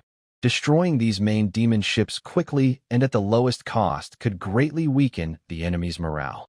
Report: "Our breakout attempt has failed again," the deputy officer reported to the commander of the Red Demon Fifth Army. In this situation, the Demon Commander was probably already used to it, because in the past few hours, he had heard this kind of report many times. With the news that the 4th Army's flagship of the Red Demon Legion was destroyed, a part of the Demon Elite Fleet was also wiped out very quickly by the Qianlong Legion fleet. Reluctantly, the Demon Commander had to give up on the idea of breaking out and gathered his remaining elite fleet to group with other Red Demon Legions. Then, he made several attempts to break out again. but all of them failed. We have already lost our best chance. They won't give us another opportunity to escape. They want to wipe us out here, the demon commander said sadly. Then he looked at the star map, where the demon fleet was divided into several parts. How many starships do we still have? The deputy checked and hesitated before answering. Less than 100,000. Less than 100,000. The demon commander chuckled bitterly. That number is still large, but he knew clearly that in front of the enemy, they were like tigers without claws or teeth, no longer very threatening. The only question was how long it would take to destroy them. Because 2 T5 Terror Blade-class medium starship battleships had been destroyed, and one was half damaged. Out of 30,000 T4 starships, fewer than 5,000 remained, and their situation was also poor. Besides that, there were the T3 starships, and the enemy's starship missiles seemed endless, launching area-wide fire strikes about every hour. Moreover, the enemy's other starships were very powerful. Each one was more advanced than their own in the same class and type. It seemed like there was still hope, but in reality, they had already become prey on the enemy's chopping block. Commander, maybe we should try again, the deputy cautiously asked. The demon commander shook his head, his eyes full of despair, but he quickly hid it. Perhaps there is still a chance to try once more, but this time, it's not for ourselves. Give my orders. Gather all available T4 interstellar warships. In 20 minutes, along with my flagship, the terrible Blade 017, we will launch our final breakout attack. The flagship, Terrible Blade 017, will lead the charge, the demon commander ordered. Hearing this, the deputy and many demon officers around were stunned. This is basically a death sentence for the flagship. The T5 Terrible Blade is tasked with leading the attack, so the enemy's main target will be the T5 Terrible Blade. Everyone can imagine what will happen then. Commander, the deputy and subordinates wanted to persuade him. But the demon commander just sat quietly on the captain's chair. Don't say anything. This is my order. This starship and I are destined to stay here. At least, I will use myself and it to create a little chance for others. At this moment, everyone understood the demon commander's true intention. Actually, he didn't believe his own last words, but it was the only thing he could do now. Whether it will succeed or not depends on fate. Soon, the demon fleet organized another elite squadron. The T5 Terrible Blade-class medium starship, number 017, led the charge, firing all weapons like a raging beast. Is this the last desperate struggle? Lilith muttered as she watched. Zhao Qin's eyes lit up, and he stood up suddenly. No, this isn't a desperate fight.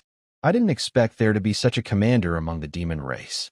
Using their flagship as the lead vessel will greatly increase the chance of opening a gap.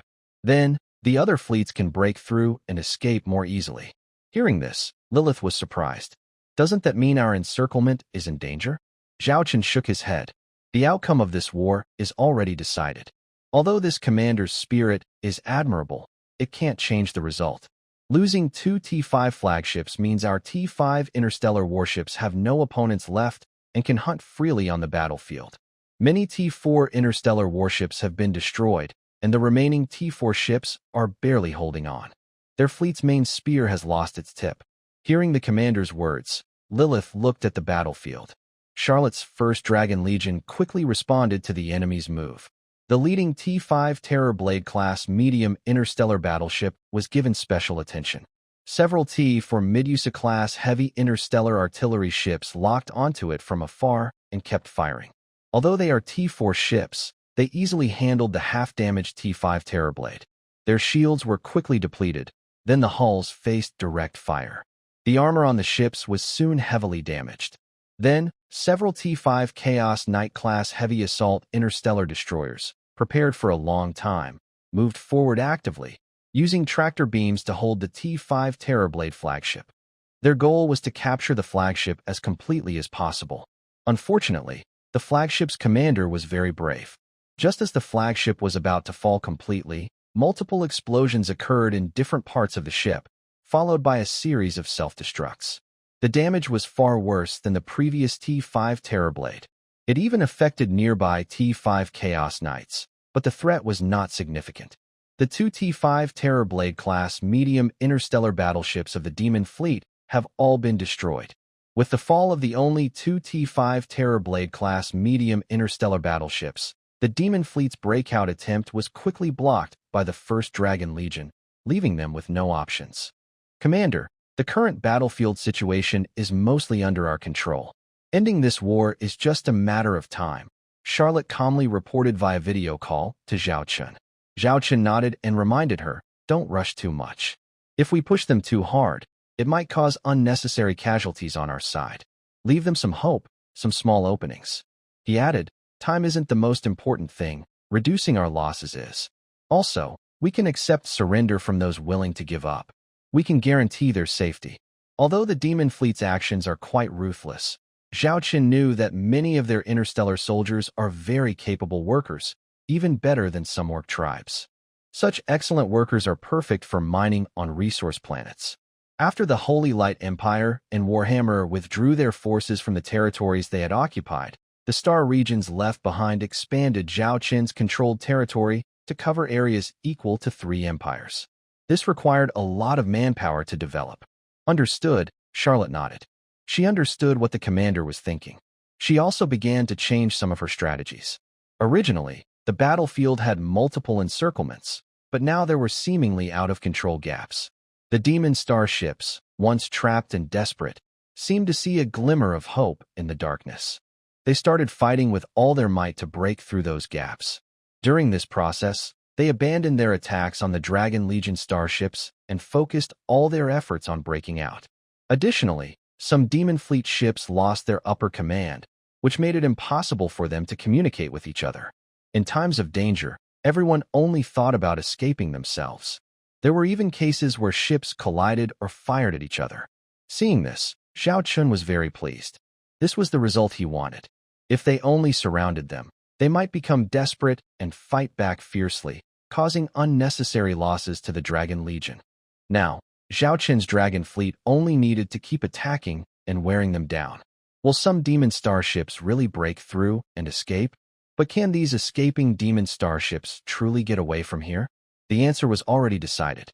The earliest order Zhao Qin gave was to destroy all these Demon Fleet ships completely. Their only options were to surrender or be destroyed. There was no third choice. To prepare for this, Charlotte had already arranged 2 plans. First, the assassins that had been lurking on the battlefield. Second, Zhao Wanner's stealth attack fleet, which was tasked with surrounding the enemy and hunting down the escaping demon ships one by one. Zhao Wanner's stealth fleet was limited in number. Sometimes, they couldn't keep up, especially when the demon ships formed small fleets and escaped quickly. In that case, there was a second plan. Charlotte had already organized hunting teams from various fleets. These teams were made up of different levels of star battleships and cruisers. Who was faster, these ships or the fleeing ships? Thanks to Charlotte's careful arrangements, this war had become a game in Zhao Qin's hands. Time passed slowly, and the number of demon starships kept decreasing. Among them, some demon ships chose to surrender. The demon soldiers on these ships would become Zhao Qin's hard-working laborers, helping him build his empire. Because of Zhao Qin's orders, all the Dragon Legion fleets slowed down their attack. As long as they made sure the enemies couldn't escape, it was fine to let them live a little longer. By this point, the battle had mostly turned into a training game. The 8th, 9th, and 10th Dragon Legions had just been formed, so they could gain more combat experience. Other Dragon Legions also cooperated by using the remaining demon starships for their training exercises. While Zhao Chun was feeling sleepy, he heard a faint notification sound in his mind. In a fierce battle before, he might have ignored it, but now he had nothing urgent to do. This sound was probably related to a system task. Zhao Chun leaned back on the sofa, pretending to rest with his eyes closed, but he was actually opening the system interface. He saw a task that had already been completed. T5 Shop Unlock Task, 100% complete. Next, follow the instructions to make a choice. After choosing, you'll get a certain amount of progress toward unlocking the T5 System Shop. When the progress reaches 100%, the shop will be unlocked. The rewards from the options can add up, and the offer lasts for 3 months. Option 1.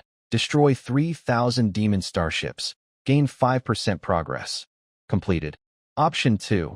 Destroy 30,000 demon starships. Gain 10% progress. Completed. Option 3. Destroy 300,000 demon starships. Gain 20% progress. Completed. Option 4. Destroy 300 T4 demon starships. Gain 5% progress. Completed. Option 5. Destroy 3,000 T4 demon starships. Gain 10% progress. Completed. Option 6. Destroy 30,000 T4 demon starships. Gain 15% progress. Completed. Extra 35% task completion will earn an additional reward. Congratulations on receiving a T5 shop gift pack. Zhao Qin's mind moved. The task to open the T5 shop was related to the first battle with the demon clan. At that time, he only completed 4 of the easier options. Since he had already reached 100% completion, the T5 shop was unlocked, and his main goal was achieved. Therefore, Zhao Qin didn't care about the remaining incomplete options. At that time, the task list didn't disappear. Unexpectedly, there was a hidden reward. This time, the demon fleet sent him a gift. Zhao Qin immediately opened the T5 shop gift pack. Congratulations on receiving a T5 Super Warrior Potion, a T5 Dragon Emperor Starship, and a Dragon Emperor Core Matrix. Seeing these 3 rewards, Zhao Qin's eyes lit up. Actually, there should be only 2 rewards. The T5 Super Warrior Potion is very familiar to Zhao Qin, because before this, the potion had already caused him a lot of trouble 4 times, especially the 4th time, which was extremely painful. Even now, thinking back, Zhao Qin still feels his bones ache and has lingering fear. But the benefits of this potion are obvious. It greatly strengthened him. Zhao Qin secretly checked his body, and the results showed many indicators exceeded the range for intelligent life forms. His lifespan prediction even surpassed 500 years. This was a direct genetic modification. No wonder he could tear apart battle armor with his hands and punch through starship armor. The T4 Super Warrior Potion was already so powerful. What about the T5 level? Could it really turn someone into a superhuman? Is the saying true, the end of science is mysticism? Zhao Qin swallowed hard. He initially resisted the idea of injecting the T5 Super Warrior Serum, as it was not suitable on the bridge. He still remembered the scene when he injected the T4 Super Warrior Serum. It was hard to imagine how he would lose control after the T5 injection. Zhao Qin looked at another reward. Although there were 2 items, he knew they were actually 1 reward. The T5 Dragon Emperor Starship Command Ship and the T5 Dragon Emperor Matrix Core. He had seen similar things before.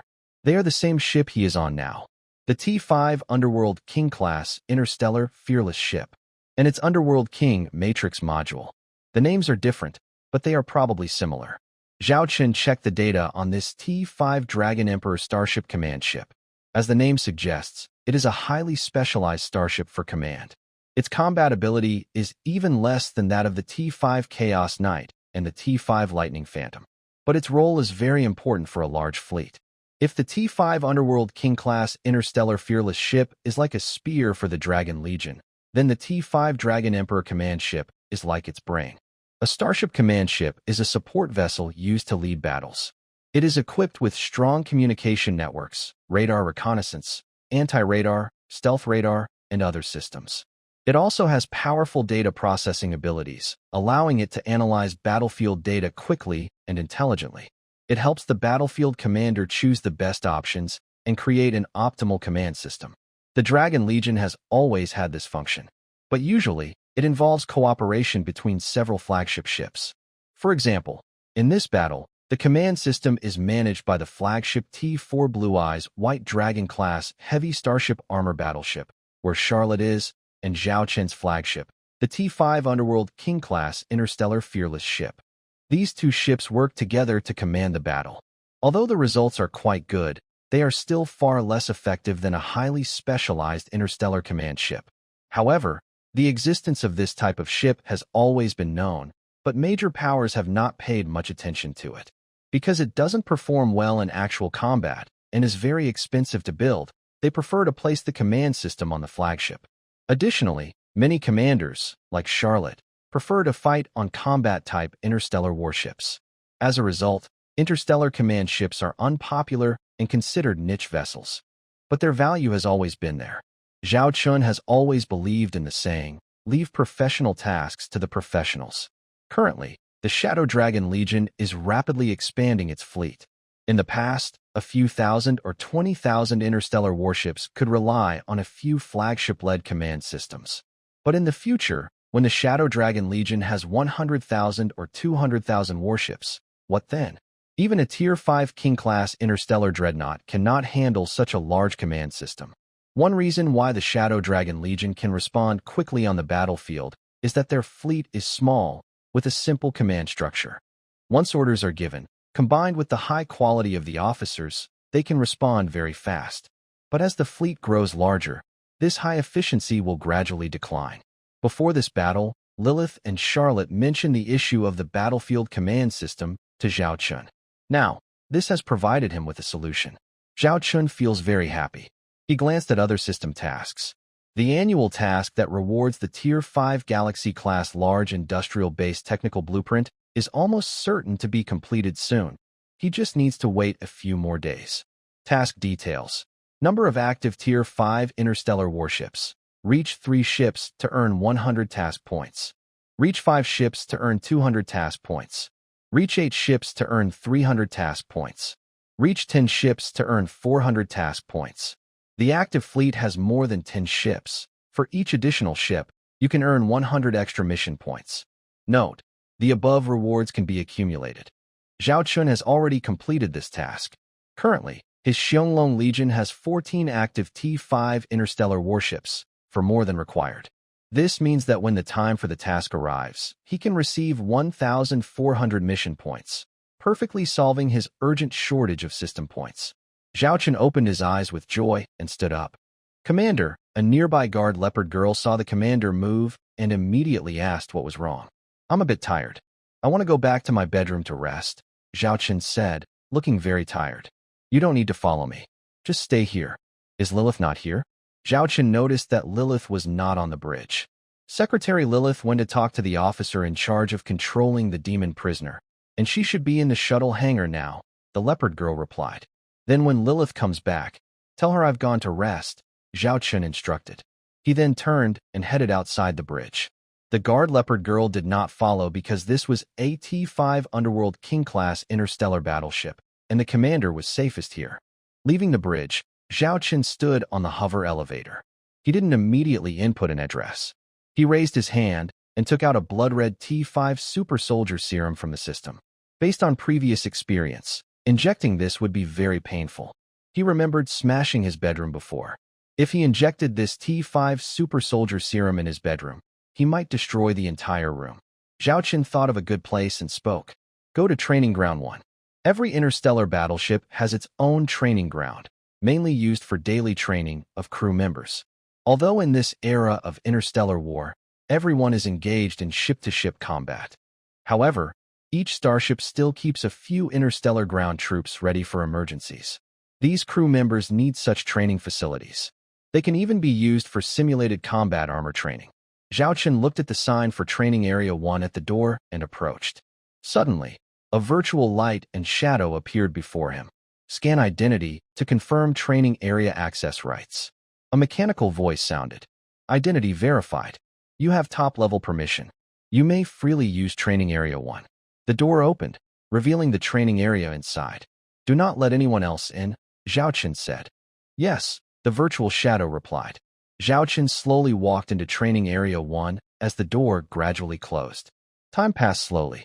Although separated by thick walls, faint sounds of heavy objects hitting something could be heard. Just then, a figure was riding a hover elevator passing by. This time, the sound of the impact was clearly audible in the corridor. The hover elevator, which had already passed by, returned under the control of its occupant. A graceful figure stepped down. Lilith suspiciously looked at the door of Training Area 1. She had heard a noise earlier.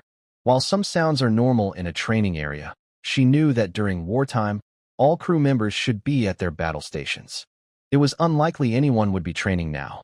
Moreover, Lilith, a succubus, had a sixth sense telling her that something very important was happening inside these walls. Lilith approached the door of Training Area 1. The virtual shadow appeared again.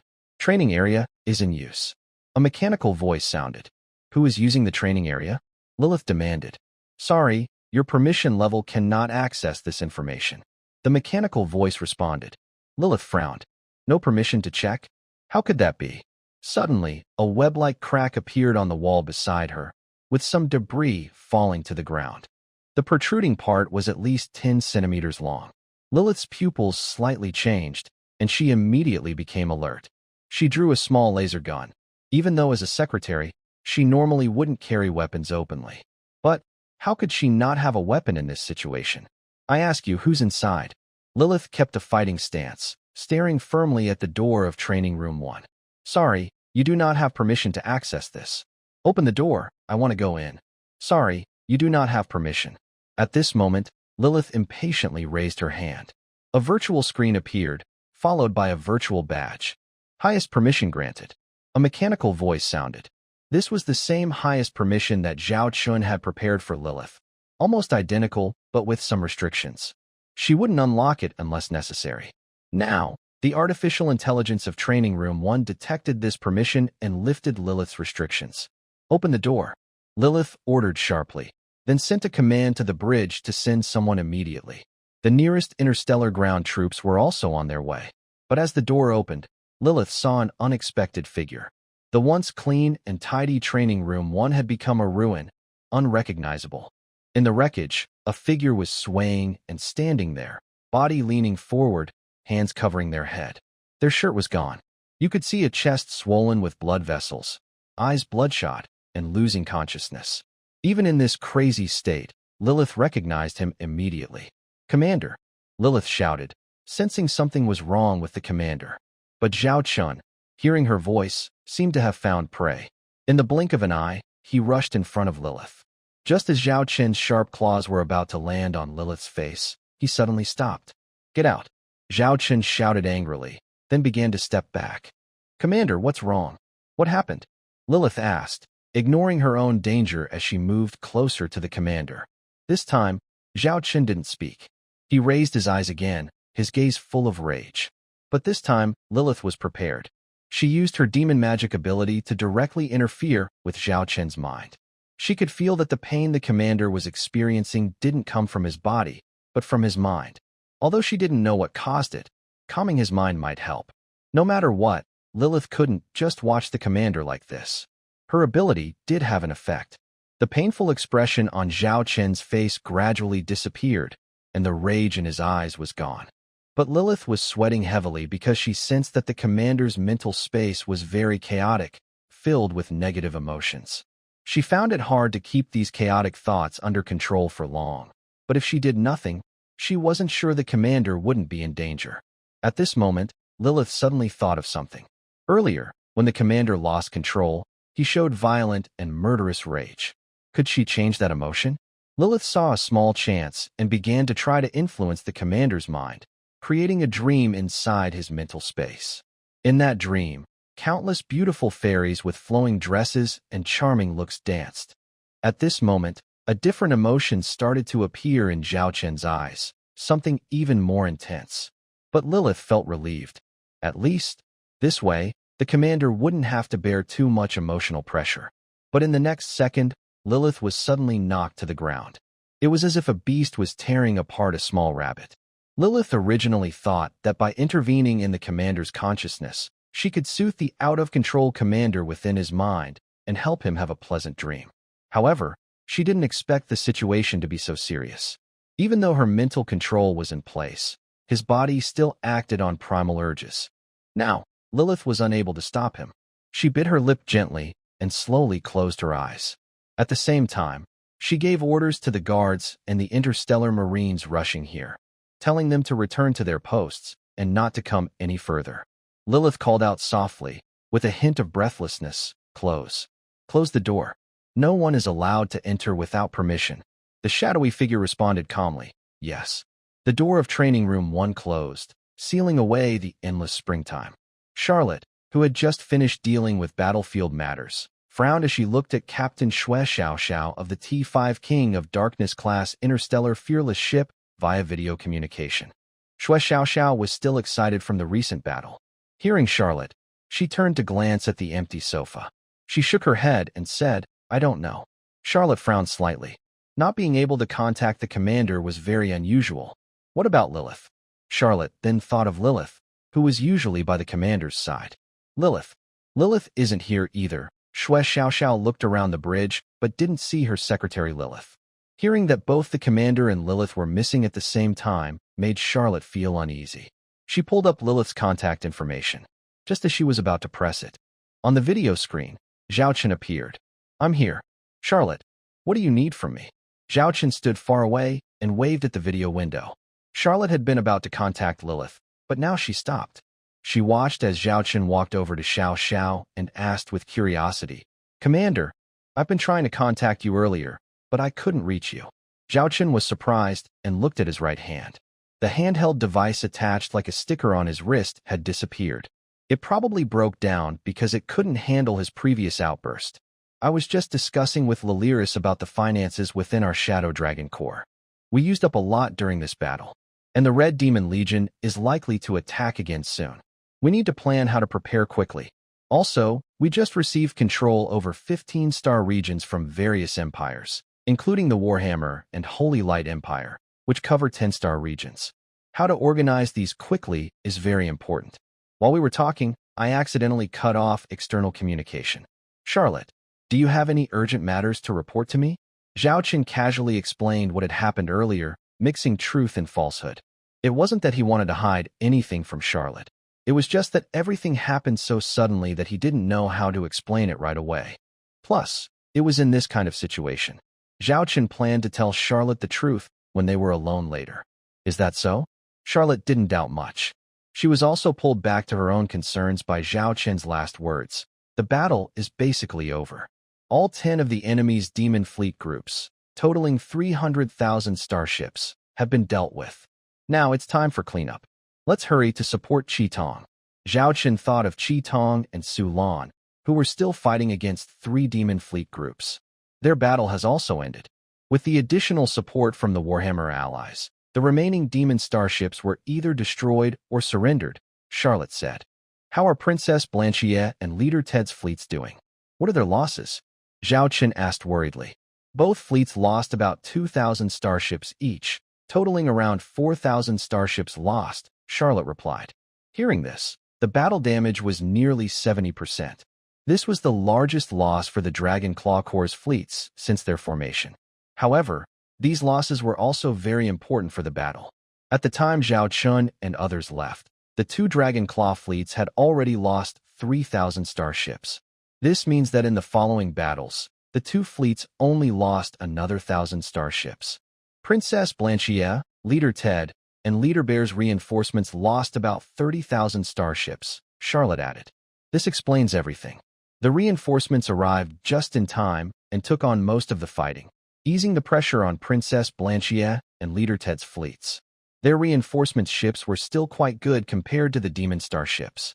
If they hadn't fought fiercely with the 2 Dragon Claw fleets earlier, the losses wouldn't have been just 30,000 starships. Oh, by the way, did Secretary Lily come back with you? The upcoming battlefield management and post-battle data collection all depend on Secretary Lily, Charlotte asked, looking around worriedly. Lily is still busy with what I just mentioned. She's very busy now. You can leave those tasks to Lily's secretary team. They will compile everything at the end, Zhao Chen said. All right then. I still need to arrange for some damaged starships to be quickly withdrawn for repairs, and also take care of the wounded. We suffered quite a big loss this time, Charlotte replied. Charlotte's expression looked a bit sad. Zhao Chen also felt a little heavy-hearted. Although the final after-battle statistics haven't been released yet, judging by the scene on the battlefield, he knew that each Dragon Legion had paid a high price in this war. After all, the enemy had 30,000 demon starships. The video call ended here. At this moment, Zhao Chen let out a long sigh of relief. Commander, it seems like you're hiding something from General Charlotte, Xiao suddenly said, blinking her eyes. Zhao Chen gently tapped her on the head. Don't talk nonsense. There's nothing I need to hide. Instead of thinking about these things, you should focus on learning how to command the fleets of each legion. Don't think you can escape. After saying that, Zhao Chen turned around and headed toward his sofa. Xiao stuck out her tongue at him and muttered, a woman's intuition is very accurate. And I definitely won't leave my beloved Nether King. Sitting on the sofa, Zhao Chen frowned with a guilty look. Was it that obvious? Why could Xiao sense it? Is a woman's sixth sense really that accurate? He could hear everything Xiao whispered behind his back. After injecting the T5 super soldier serum, Zhao Qin's hearing and other abilities were greatly enhanced. For example, during Charlotte's communication just now, he could hear her clearly from far away. Luckily, he didn't let Charlotte and the others suspect anything. Zhao Qin leaned back on the sofa, facing the ceiling of the bridge, covering his face. The side effects of the T5 super soldier serum were really serious. It was hard to guard against. Then, look at the wreckage of the starship on this battlefield. Can our accompanying interstellar transport ship carry it back alone? If not enough, immediately contact the Warhammer team and ask them to send the necessary interstellar transport ships to bring all these starship wreckages back. Although it's just a hologram, Lilith still works carefully while guiding the task. After organizing everything, a secretary curiously looks at Lilith and asks, "Lady Lilith, why don't you come personally? In the past, after such important battles, you would handle the data summaries yourself." Lilith's eyes flicker briefly. Then she replies, "I have other matters to attend to now. This is also to help train your abilities. In the future, our Dragon Legion will face more wars, and I can't personally oversee everything all the time. You need to be capable of handling things on your own. Make sure to do these tasks well. I will come over later." After speaking, Lilith turns off her hologram. During this process, she didn't look toward the commander's sofa, which is something she would never have done before. Lilith looks at her room, lazily lying on the bed. If her body allowed, she would love to return to the bridge herself to oversee work. But right now, her physical condition doesn't permit it. She feels as if her body is falling apart. Thinking about what happened, Lilith buries her face in the blanket. She never expected things to turn out like this. At the same time, she feels a sweet sense of fulfillment inside. Just then, a communication window suddenly pops up.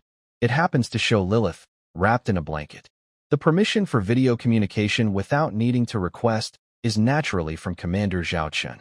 Lilith, hearing the familiar voice, Lilith, who was lost in her thoughts, suddenly straightened up. She slowly moved her eyes out from under the blanket and saw Commander Zhao Qin on the video screen. This made Lilith, who was usually very clear-headed, feel even more confused and unsure of what to do. Her mind went blank. Zhao Qin noticed Lilith's unusual mood. He cleared his throat and said, "Ahem, I just want to say, if you're feeling unwell, you can rest a bit longer. I can handle things here." Lilith quietly responded. Then, because of the awkward atmosphere, neither of them knew what to say. Eventually, the video call ended. Zhao Qin looked at the dark screen with a forced smile. A few hours later, a figure appeared on the bridge. Lilith, dressed in a secretary-style military uniform, slowly walked onto the bridge, her presence still commanding as before. But those who saw her sensed something different. Sharp-eyed observers quickly noticed it, Lilith's secretary gait. Normally, when Lilith was beside the commander, she walked quickly and moved swiftly. She was always efficient. But now, she was walking slowly with small steps. Zhao Qin was a bit surprised to see Lilith. He thought she would rest longer. "Commander, I will return to my workstation now. Once the post-battle data is ready, I will report to you," Lilith said, then headed toward her secretary department. Her expression and tone of voice made it seem like everything that had happened earlier was just a dream. Zhao Qin watched her work in the secretary section of the bridge. Aside from her occasional signs of discomfort and her limited movement, her attitude toward work was basically the same as usual. Several hours later, Lilith returned to Zhao Qin and said, "Commander, the summary of the post-battle data has been completed. The detailed data still needs some more time. Just tell me the main points. If there's any important information later, let me know."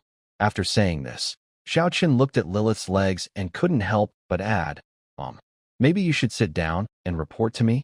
He pointed to the empty seat on the sofa beside him. If others heard this, they would think the commander was just showing concern for his subordinate. But Lilith knew what he really meant. She bit her lips softly and said quietly, "No need, Commander. I can just report like this." Then Lilith began to explain the battle. The battle lasted 3 days. They destroyed over 300,000 enemy starships, including 2 T5 Fearsome Blade-class medium starship battleships and 30,000 T4 starships. It's estimated that more than 500 million enemy soldiers died. 6,000 enemy ships surrendered, and nearly 10 million demon soldiers were captured. All these demon soldiers are now held on star transport ships, and later they will be sent to Zhao Qin's territory to develop new areas or work as miners on mineral planets. The Xianglong Legion sent 8 fleets, 2 special fleets, and 14 T-5 starship battleships, totaling nearly 25,000 starships. They destroyed over 6,000 starships, and about 5,000 were badly damaged, with nearly 3 million crew members lost. The war cost about 1.3 trillion star coins. Half of this was spent on star missiles, totaling 800 billion star coins. The special fleet, led by White Snow, the Wolf Girl, launched 5 rounds of full-scale fire attacks during the war. It was a very intense and satisfying fight. If we include the damage data from Qitong and Sulan, the overall picture would be even more detailed.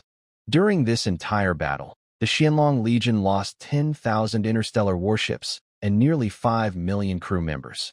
The war cost 1.5 trillion star coins. The total loss for the Xianglong Legion was over 30%.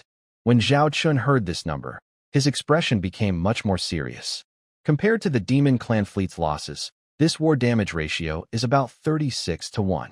It's important to note that this was during an ambush with the help of interstellar missile ships. Without these, just facing the enemy directly, Zhao Qin can't imagine how many of his ships would have been lost.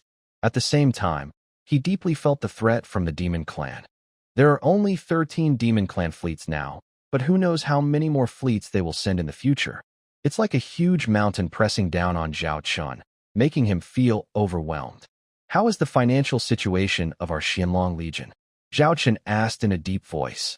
Lilith shook her head and said, not very good. If we only maintain our current industrial system and build more interstellar warships, we can manage. But if another war of the same level happens, we don't have enough war resources stored. It's safe to say that this war has almost exhausted our reserves.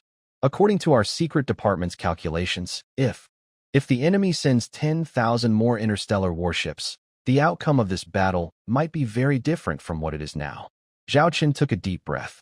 It's time to speed up and make the Holy Light Empire and the Warhammer Interstellar Federation realize their value, while also using the resources from those 10 extra star regions.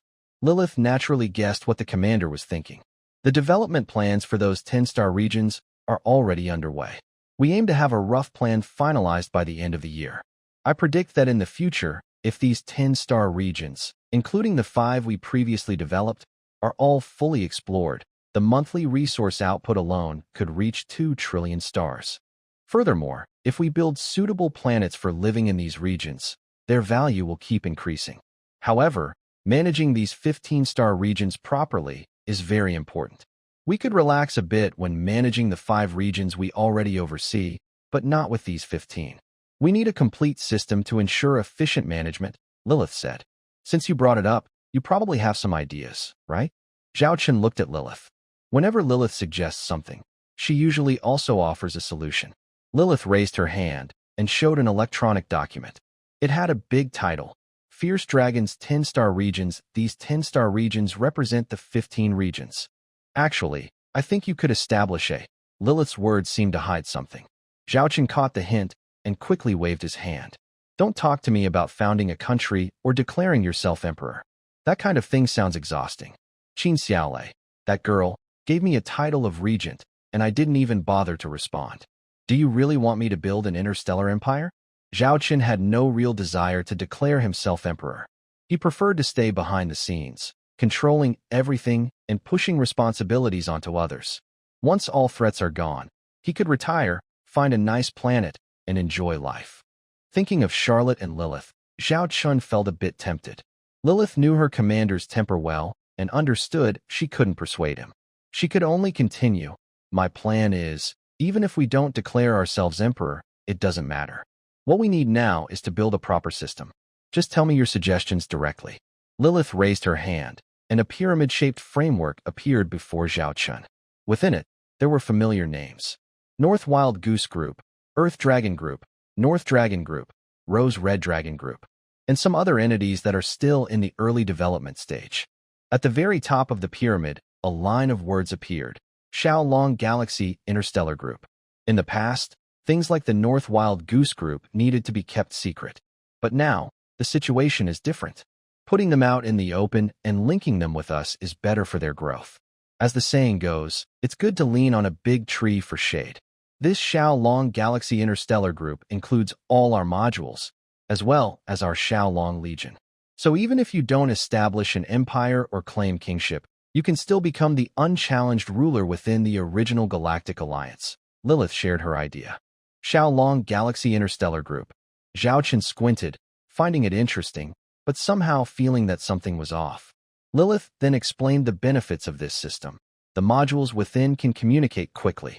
Some may compete, but others form partnerships, leading to healthy development. Zhaochen couldn't think of any better ideas at the moment, so he naturally agreed with Lilith's plan to establish the Xiaolong Galaxy Interstellar Group. Lilith, having received approval, slightly smiled.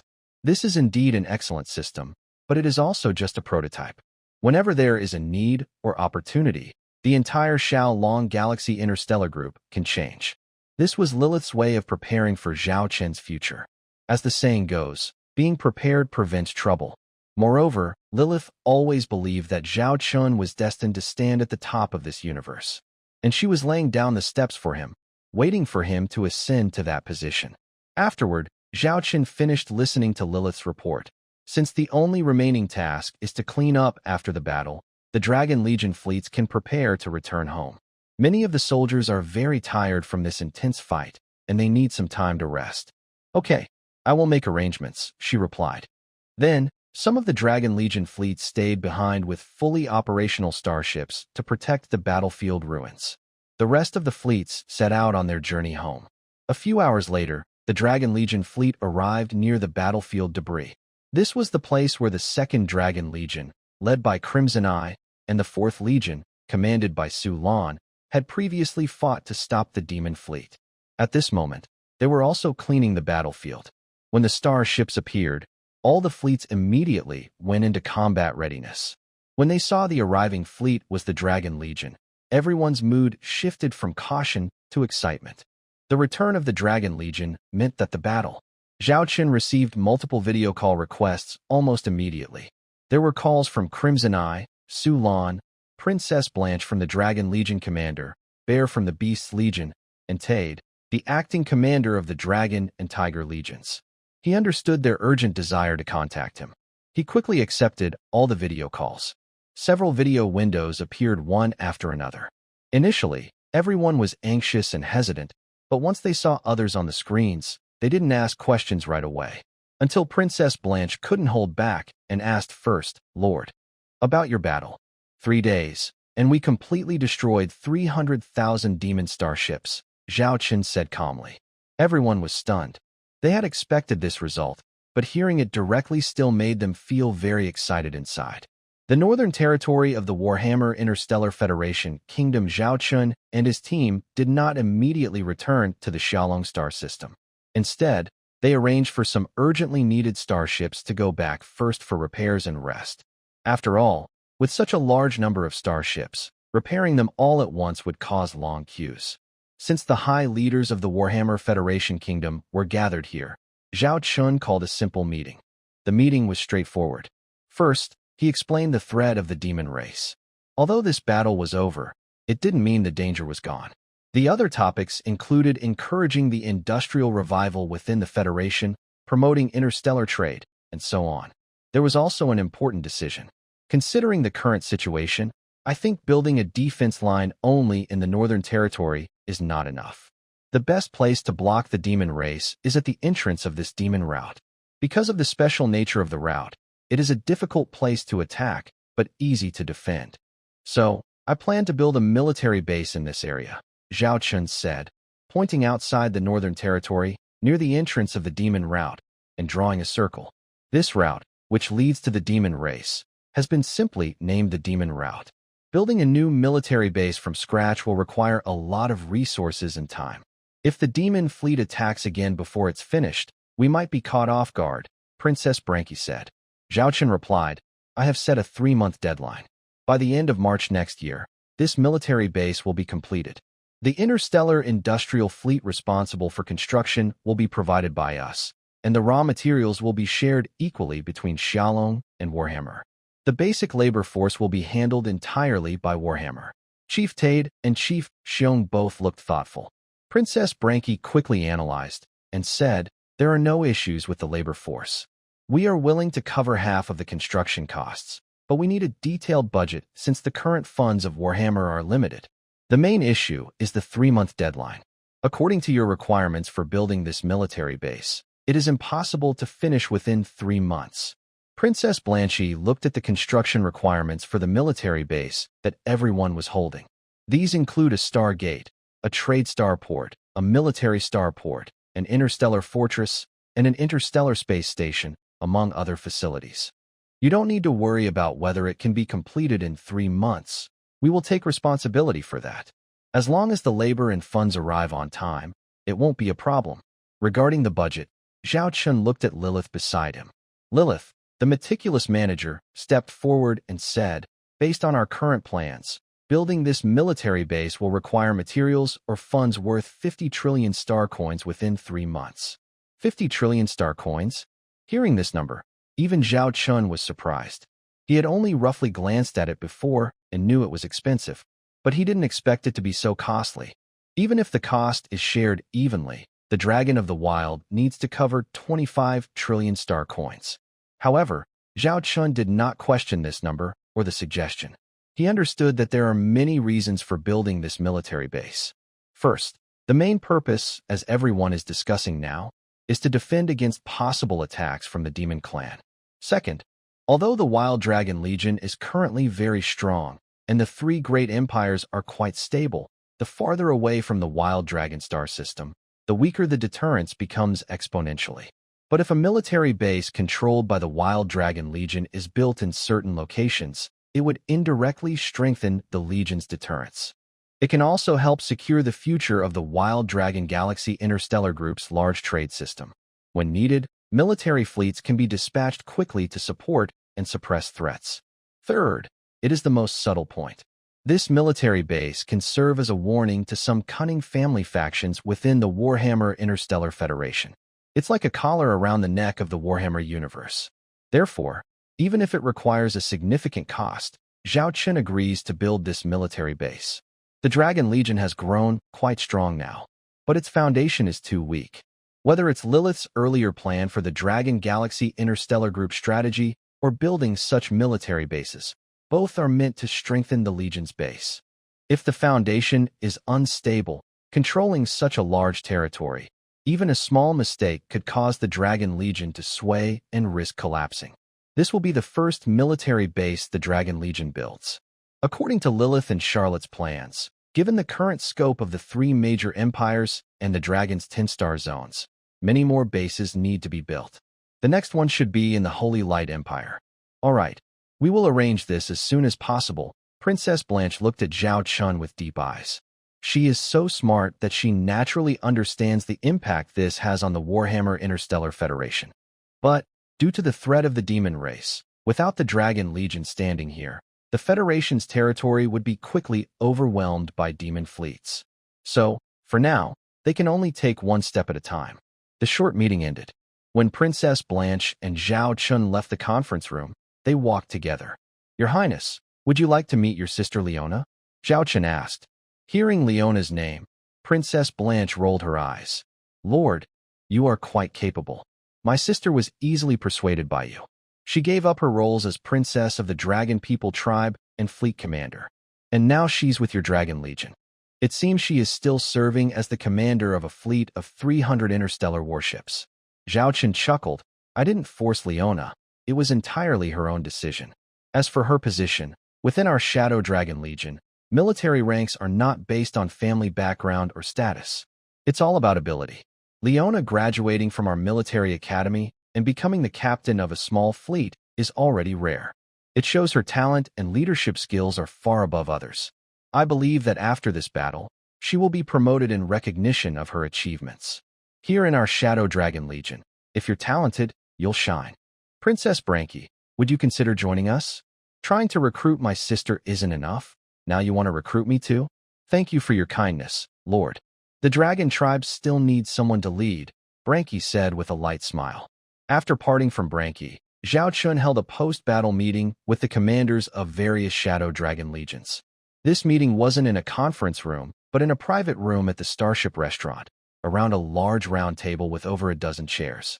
The table was filled with delicious food. All 10 Legion commanders, 2 special fleet commanders, the acting captain of the T5 Underworld King, Zhao Chun, and his secretary Lilith were present. But as Zhao Chun entered, he sensed that the atmosphere was a bit off. What's wrong? This is a celebration for your victory. Why do you all look so unhappy? Zhao Chun bypassed the table and sat in the main seat. Lilith was on Zhao Chun's right, Charlotte on his left. Seeing everyone stand up to greet him, Zhao Chun signaled for them to sit down. Tell me, what's bothering you? Zhao Chun picked up some food with chopsticks and started tasting it. At first, no one spoke. Let me guess, Zhao Chun looked around. Is it because of the heavy losses in this battle? When discussing this, Zhao Chun noticed that Commander Yi Xiaodong of the 8th Army was lowering her head, her eyes slightly red and swollen. Even Xin Bing, the usually strong commander of the 3rd Army, and Wei Shishir from the 7th Army, both turned their heads away so the commander wouldn't see their tears. Just say it. If there's something bothering you, speak up. Don't hold it in. It's not good to keep everything bottled up, Zhao Chun said while eating. No one responded. Zhao Chun looked at Xin Bing. Xin Bing, you've been with me from the start. If you have something to say, just say it. Right now, we're just a group of old friends. Think of it as sharing your feelings with friends. Xin Bing clenched his fists and finally couldn't hold back anymore. Commander, I'm very sorry. I know I shouldn't lose my composure in this situation, and I've spoiled everyone's mood. But I really can't control myself. I understand this is an interstellar war, not a game. Casualties are normal. I've been through many battles, and I thought I was used to it. But when my good friend's name appeared on the casualty list, Xin Bing choked up and couldn't speak further. At this moment, Lilith spoke up to clarify the situation. If I'm guessing correctly, it's probably Huang Qiqi, the fleet commander and deputy chief of staff of the 3rd Dragon Squadron. Huang Qiqi also graduated from the Northern Star Starship Military Academy, but she's not in the same class as Xin Bing and the commander. She's your junior sister. After Xin Bing joined the Dragon Squadron, she recommended Huang Qiqi to join. In this battle, Huang Qiqi led the 3rd Dragon Squadron's 2nd Fleet and encountered a strong enemy attack. Her fleet fought desperately at their posts, but in the end, only about 30 of the 300 starships remained. Fleet Commander Huang Qiqi sacrificed herself. Hearing Lilith tell this story, Xin Bing lowered her head in guilt, tears uncontrollably falling from her eyes. Qiqi is just like me, from a Butong family, and she is an excellent student at the Northern Star Starship Military Academy. Maybe because we are very similar, we happen to become good friends. She often helps me. I also took the initiative to bring her into the Shadow Dragon Legion. Her family includes her parents and 2 younger brothers. Their originally poor family life greatly improved because of the benefits and support from the Shadow Dragon Legion. Later, after being promoted to Deputy Commander of the Legion, she could bring her family to live in the Shadow Dragon Galaxy and obtain civilian registration as Shadow Dragon citizens. I have met her parents and brothers. They are all very kind people. I promised them I would take good care of Qiqi, just like my own sister. I really don't know how to explain to her parents now. Perhaps Xin Bing's words stirred her emotions. Yi Xiaodong also choked up and said, my 2 younger sisters. Both sacrificed during this battle. And my former comrades. Yi Xiaodong picked up the nearby glass and drank it all. Wei Shishir clenched her fists, her eyes red and swollen. The 368 sisters who trusted me and followed me from the Imperial Princess Fleet to the Shadow Dragon Legion. 37 of them had already left before. And this time, more than 277 were lost. Looking at these high-ranking commanders of the Shadow Dragon Legion, maybe, from the outside, they seem like cold female warriors. But Zhao Chun knows they also have weaknesses, emotions, and can feel sadness. They just don't show it in front of others. Perhaps, only in front of their commanding officer, they dare to show their true feminine side. This is similar to the saying, tears are not shed easily, only when the heart is truly hurt. Zhao Chen looked at the increasingly serious atmosphere. He put down his chopsticks and said, I understand your feelings. I will tell you something soon, but I hope you can finish this meal peacefully. Everyone was curious about what the commander wanted to say. They followed the order and picked up their chopsticks, but few actually started eating. This made Zhao Chen uncomfortable, so he put down his chopsticks again. Forget it, forget it. With the situation you're in, you won't enjoy this meal anyway. Lily, please contact the other side, Zhao Chen ordered. His command was vague, but Lily understood what the commander wanted to do. She began to make a communication request. Soon, a video window appeared in front of everyone. Commander, what are your instructions? AI Yun, responsible for the revival project, appeared on the screen. AI Yun, help me find someone. A person named Huang Qiqi. She was the captain of the 3rd Legion, 2nd Fleet, and also the deputy commander, Zhao Chen said. Shen Bing, who was nearby, was surprised and looked up at the commander. She didn't understand what the commander meant at first. Huang Qiqi, I know her. During the process earlier, because her position was the highest among the reborn, I paid special attention to her. I will now show you her recovery room. AI Yun replied and started to operate. Soon, a video of a room appeared. Press this button again. A woman's voice could be heard from the fog. Huang Qiqi, the commander wants to see you. AI Yun's voice suddenly sounded. Everyone was startled by the voice coming from the fog. As the video window zoomed in, everyone finally saw who was inside. You see a hot spring steaming with warmth. A woman is relaxing in the water, wearing a face mask. Next to her, there is a floating wooden tub with drinks and snacks on top. Behind her, a massage robot is helping her. Qiqi, Shen Bing exclaims and jumps up suddenly. Even with the face mask, she immediately recognizes her close friend Huang Qiqi. Huh. Qiqi is still surprised and looks at the video window that appears in front of her unexpectedly. Across from the video window are Commander Shen Bing and others.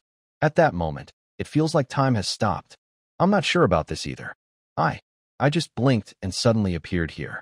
Then I was told I need to rest for a while and can't contact the outside world, Huang Qiqi said innocently.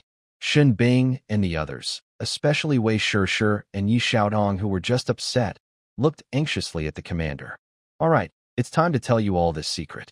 Our Shadow Dragon Legion has a special advanced technology.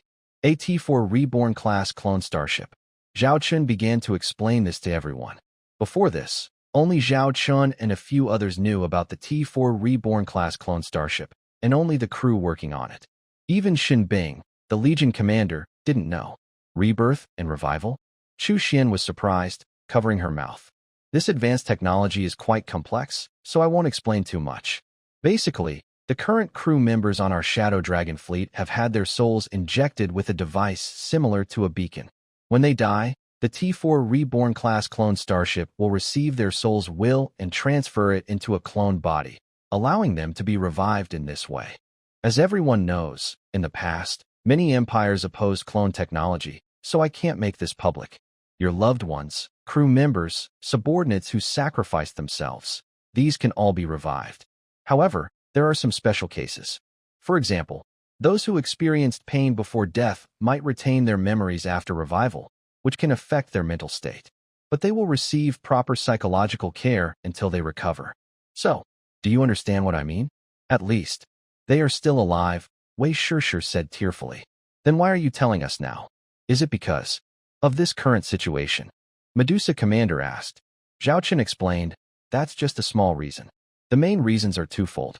First, even if others learn that our Winged Dragon Core has this restricted technology, no one dares to challenge us. Second, in this battle, we lost 1/3 of our interstellar ships, and about 1/10 of our frontline soldiers sacrificed their lives. With such a large gap in crew members, it will be very difficult to hide the fact that we plan to use these resurrected soldiers to fill the gap in the future. So, I am telling you this openly. However, regarding this advanced technology, although we are now lifting the highest level of secrecy, it will still be kept under a 3-tier confidentiality system. Do you understand?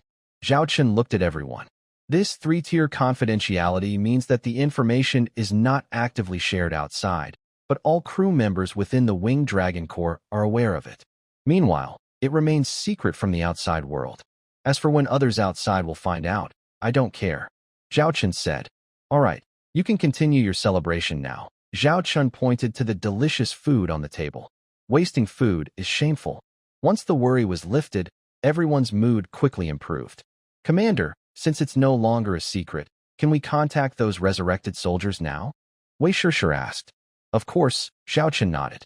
Wei Shishir looked at Shen Bing, who was chatting with her best friend, but considering the situation, she held back her desire to contact her comrades. After all, the commander wouldn't lie to her. Thinking of this happy thought, Wei Shishir picked up the wine bottle and poured a drink for Zhao Chen. Before he could say anything, she drank it all herself. This made the atmosphere in the room much better. Yellow Chi-Chi, I was so worried about you. After you return, I will arrange your work properly, Shen Bing said, glaring at Huang Chi-Chi across from her, pretending to be angry. She was so worried about her, but Huang Chi-Chi was just enjoying life. I know I was wrong. I truly understand my mistake. If I could contact you, I would reach out to you immediately. When I can go back, I'll treat you to a hot spring and give you a back massage, okay? Huang Chi-Chi softly said to Shen Bing. Just as Shen Bing's expression relaxed a bit, Huang Chi-Chi quietly said to Shen Bing, Bing Bing, can you take a few photos of the commander? I want to put them on my... Before Huang Chi-Chi finished, Shen Bing cut off the call directly. Why did she stop talking? Zhao Chen looked curious as he saw the video window close. Because after explaining everything earlier, Zhao Chen told Shen Bing to chat with Huang Chi-Chi alone, so he didn't hear what Huang Chi-Chi said afterward. Let her stay where it's cool, Shen Bing said angrily. Then she picked up her chopsticks and started eating the delicious food happily, as if she was angry at someone who had been unkind. It was funny because a few days ago, she was worried about that girl, couldn't sleep well, and didn't eat well. Today, she wanted to make up for all of that. Next to Zhao Chen, Charlotte suddenly sniffed him a few times. What's wrong? Zhao Chen looked at Charlotte with confusion. Charlotte looked at Zhao Chen, puzzled. I feel like you have a strange smell. Wow, is this the nose of a fierce dog? It's been several days, and she can still smell something? How could I have a smell? You must be mistaken. Strange, why isn't there any snail rice noodle? Order me a serving of snail rice noodles.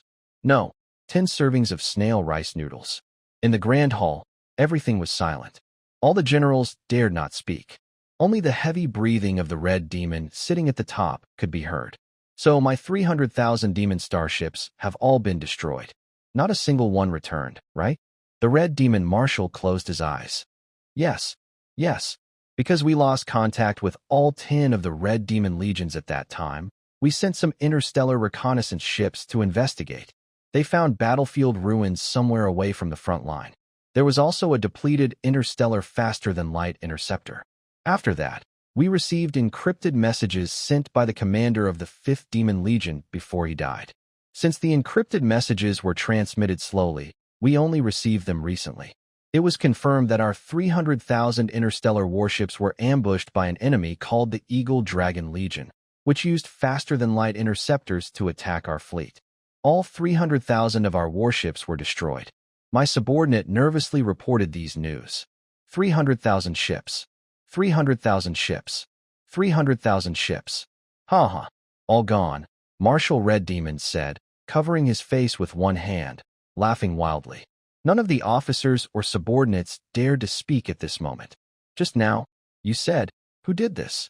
Marshal Red Demon asked the subordinate who spoke earlier. Eagle Dragon. Eagle Dragon. Eagle Dragon Legion.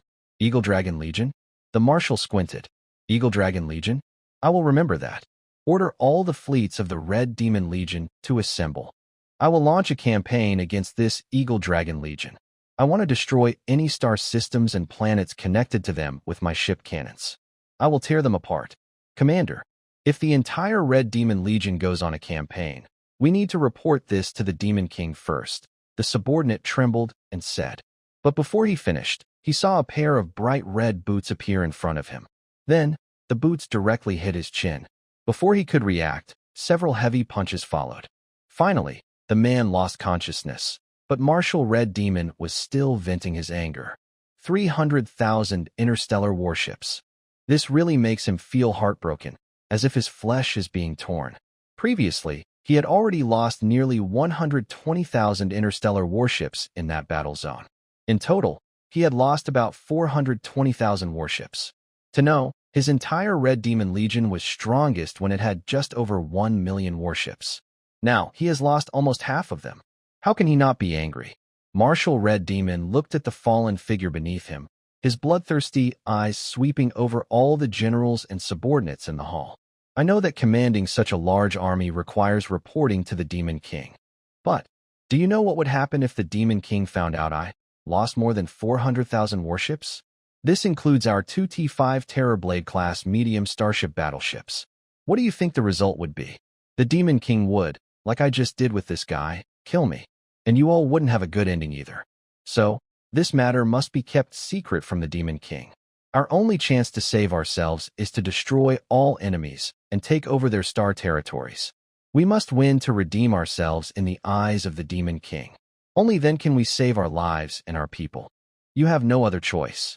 Marshal Red Demon roared loudly. After a brief silence, one general shouted loudly, "Sweep away the dragon." Another followed, then a third. "Sweep away the dragon. Sweep away the dragon." Finally, under Marshal Red Demon's orders, the plan for this expedition against the Dragon Legion was finalized. The remaining fleets of the Red Demon Legion began to gather urgently. They planned to block all routes and prevent the destruction of the 10 fleets of the Red Demon Legion. If the Demon King found out about this, they would be doomed.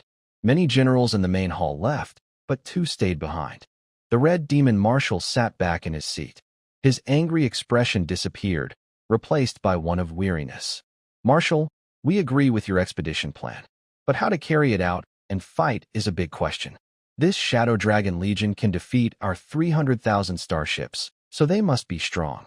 According to the last report from Commander 5th, the enemy has several T5 starships. That must be their main strength. Plus, the special nature of that route makes it hard to attack. If we just travel at warp speed like before, we might fall into an ambush again. And this time, we don't even have a forward base," said the second commander of the Red Demon Legion.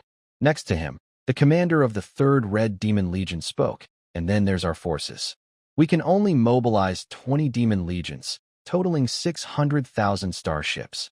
But based on our current danger assessment of the Shadow Dragon Legion, 600,000 ships might not be enough to be sure to defeat the enemy." Hearing his trusted officers, the Marshal said in a deep voice, "I understand what you're saying. But these are all the forces we have now." "Marshal, actually, we could try to borrow some," the second commander suggested. "Borrow?" The Marshal paused, understanding what his trusted officer meant. He looked grim and said, "That won't be easy. Those guys are very cunning. If I ask to borrow from them, they'll definitely make harsh demands." "Marshal, do you think those demands are more important, or is our survival as the Red Demon Legion more important? Time is running out. Once His Majesty the Demon King learns about this matter, he will surely blame us. Additionally, since His Majesty originally planned to reduce the Demon Marshal's power, the first blow of this new policy will fall on us. Please, Your Excellency Marshal, think carefully." The commander of the Red Demon Third Army said solemnly. "I understand. I will handle this matter. You all go prepare the expedition plans. I want to have a battle plan within the shortest possible time." In the Grand Hall, only the Red Demon Marshal was left. He took a long time to calm his emotions, then finally activated his communication device and contacted the person he least wanted to reach, the troublemaker. Galactic Calendar Year 3034. New Year's Eve. The entire Xianglong star system was filled with festive cheer for the new year. The Xianglong Legion usually takes a New Year holiday, and after recently fighting a large battle, Zhao Chun granted them a holiday of 7 to 15 days. Everyone could take turns resting, with each person enjoying at least 7 days off. However, each position still had staff on duty, especially the starship manufacturing stations. Even during the holiday, production could not stop. All production lines had to operate normally. During these 7 days, all expenses for the crew's leisure and rest were covered by the Xianglong Legion. Each person received shopping cards based on their military rank, allowing them to shop and enjoy themselves. For the Xianglong Legion, this was a joyful holiday. But for some high-ranking nobles of the Stellar Empire, Warhammer Interstellar Federation, and Holy Light Empire, it was a day they found hard to stay calm. Because, on the last day of 3034, the Xianglong Legion announced publicly that they were establishing a new entity, called the Xionglong Galactic Interstellar Group. This force was officially a comprehensive interstellar trade organization, but it controlled 15 star regions, which they openly named the Xionglong 10-star districts, clearly numbered with digits. Who has a business in the 15 starfield territories? Therefore, for the noble families of the great empires, there is a feeling of unease, as they fear that this giant dragon might suddenly become unhappy and treat them as snacks. In a quiet office, a figure quietly approached. Charlotte, who was working, rolled her eyes. "Can you stop biting my ear?" "Uft. You've been shedding a bit lately." Zhao Chun pretended to complain about shedding hair. Charlotte directly rolled her eyes at Zhao Chun. "You're the one shedding." Zhao Chun looked at the work data panels in front of Charlotte and asked, "Didn't I arrange a holiday for you? Why are you still working here?" "Lilith asked me about ideas for the New Year's interstellar battleship construction plan, and Chief Engineer Nana is also asking for my thoughts. They need to finalize the future construction plan as soon as possible. I need to give some suggestions quickly. So, I'm just working on some plan ideas," Charlotte explained. Zhao Chun hugged the white tiger woman from behind and said, "You're not that busy. If you get too tired, what will you do? You should rest a bit. The Red Demon Legion and the demon race behind it won't give up their invasion after this battle. Next time they appear, it won't just be 300,000 demon starships. It could be 600,000, or 900,000, or even more. We don't have that much time," Charlotte said seriously to Zhao Chun. Looking at Charlotte, who was working like a maniac, Zhao Chun sighed and sat beside her. "All right, I'll help you here. The New Year's Eve party over there still needs your attendance, right?" Charlotte looked at Zhao Chun, feeling warm inside. Zhao Chun shrugged and said, "That New Year's Eve party? I already asked Lilith to record a hologram for me. When the time comes, I'll just broadcast it directly on all channels. And in such situations, everyone is not having fun, so it's better if I am not here. It's better for me to stay here and keep my good wife company. Also, if I am not here, even if you finish the building plans, you might need to revise them again tomorrow." "What do you mean? Why would you need to revise them tomorrow?" Charlotte didn't understand Zhao Chen's point. "All right, I will handle the plan for expanding the interstellar battleship over the next year. You focus on other tasks. Let's work quickly, finish our jobs, and then enjoy our time together as a couple." Zhao Chen gently patted Charlotte's head. Charlotte didn't ask more and quietly worked on her tasks in the office. At this moment, the office clock rang. Zhao Chen had set this clock on purpose. Charlotte was startled by the sound. "Time's up. Let's stop working for now." Zhao Chen raised his hand without saying a word. The scene around the office changed instantly. Charlotte looked at the cosmic scenery around her. She knew these were holograms, but they looked so real it was hard to tell. They were inside a pavilion, which was floating in space. Then Charlotte saw fireworks blooming in the starry sky. They were beautiful and dazzling. These were optical simulation fireworks launched by the interstellar missile ship of the Shadow Dragon Legion, used for holiday celebrations. "Big White Cat, you've worked hard this year," Zhao Chen said, hugging Charlotte from behind. Charlotte tightly held Zhao Chen's hand, her eyes a little moist. Suddenly, she bit his wrist. Then she turned around and fiercely stared at Zhao Chun. "I'm not Big White Cat. I'm a tiger. A big, fierce tiger that can eat people." She pressed Zhao Chun down and started a playful fight, pretending to be a tiger and a dragon battling. Charlotte first made a move called the Hungry Tiger Pounces, and Zhao Chun responded with a move called Flying Dragon in the Sky, followed by the Proud Dragon. Charlotte was not willing to show weakness, launching a fierce move called the Black Tiger Heart Extraction. Zhao Chun responded with a move called the Double Dragon, playing with a pearl. Then, both of them performed a dynamic battle scene, making it difficult for Zhao Chun to retreat. In the end, only the sounds of roaring tigers and roaring dragons remained. System reminder: the annual task has been completed. You can claim your reward. Ugh, this system reward is not timely. Stay where it's cool. I am busy right now. System reminder: the quarterly task has been completed. You can claim your reward. Zhao Chun ignored the system notification and knew what was more important. After a few hours, Zhao Chun looked at Charlotte, who was sleeping deeply on the desk. He gently covered her with his military coat. Then he sat down on a nearby sofa and finally opened the system interface. Task details: number of active T5 starships. Reach 3 ships to get 100 task points. Reach 5 ships to get 200 task points. Reach 8 ships to get 300 task points. Reach 10 ships to get 400 task points. For each additional ship beyond 10, get extra 100 task points. Note: rewards can be accumulated. The quarterly task was completed, so Zhao Chun claimed the quarterly reward.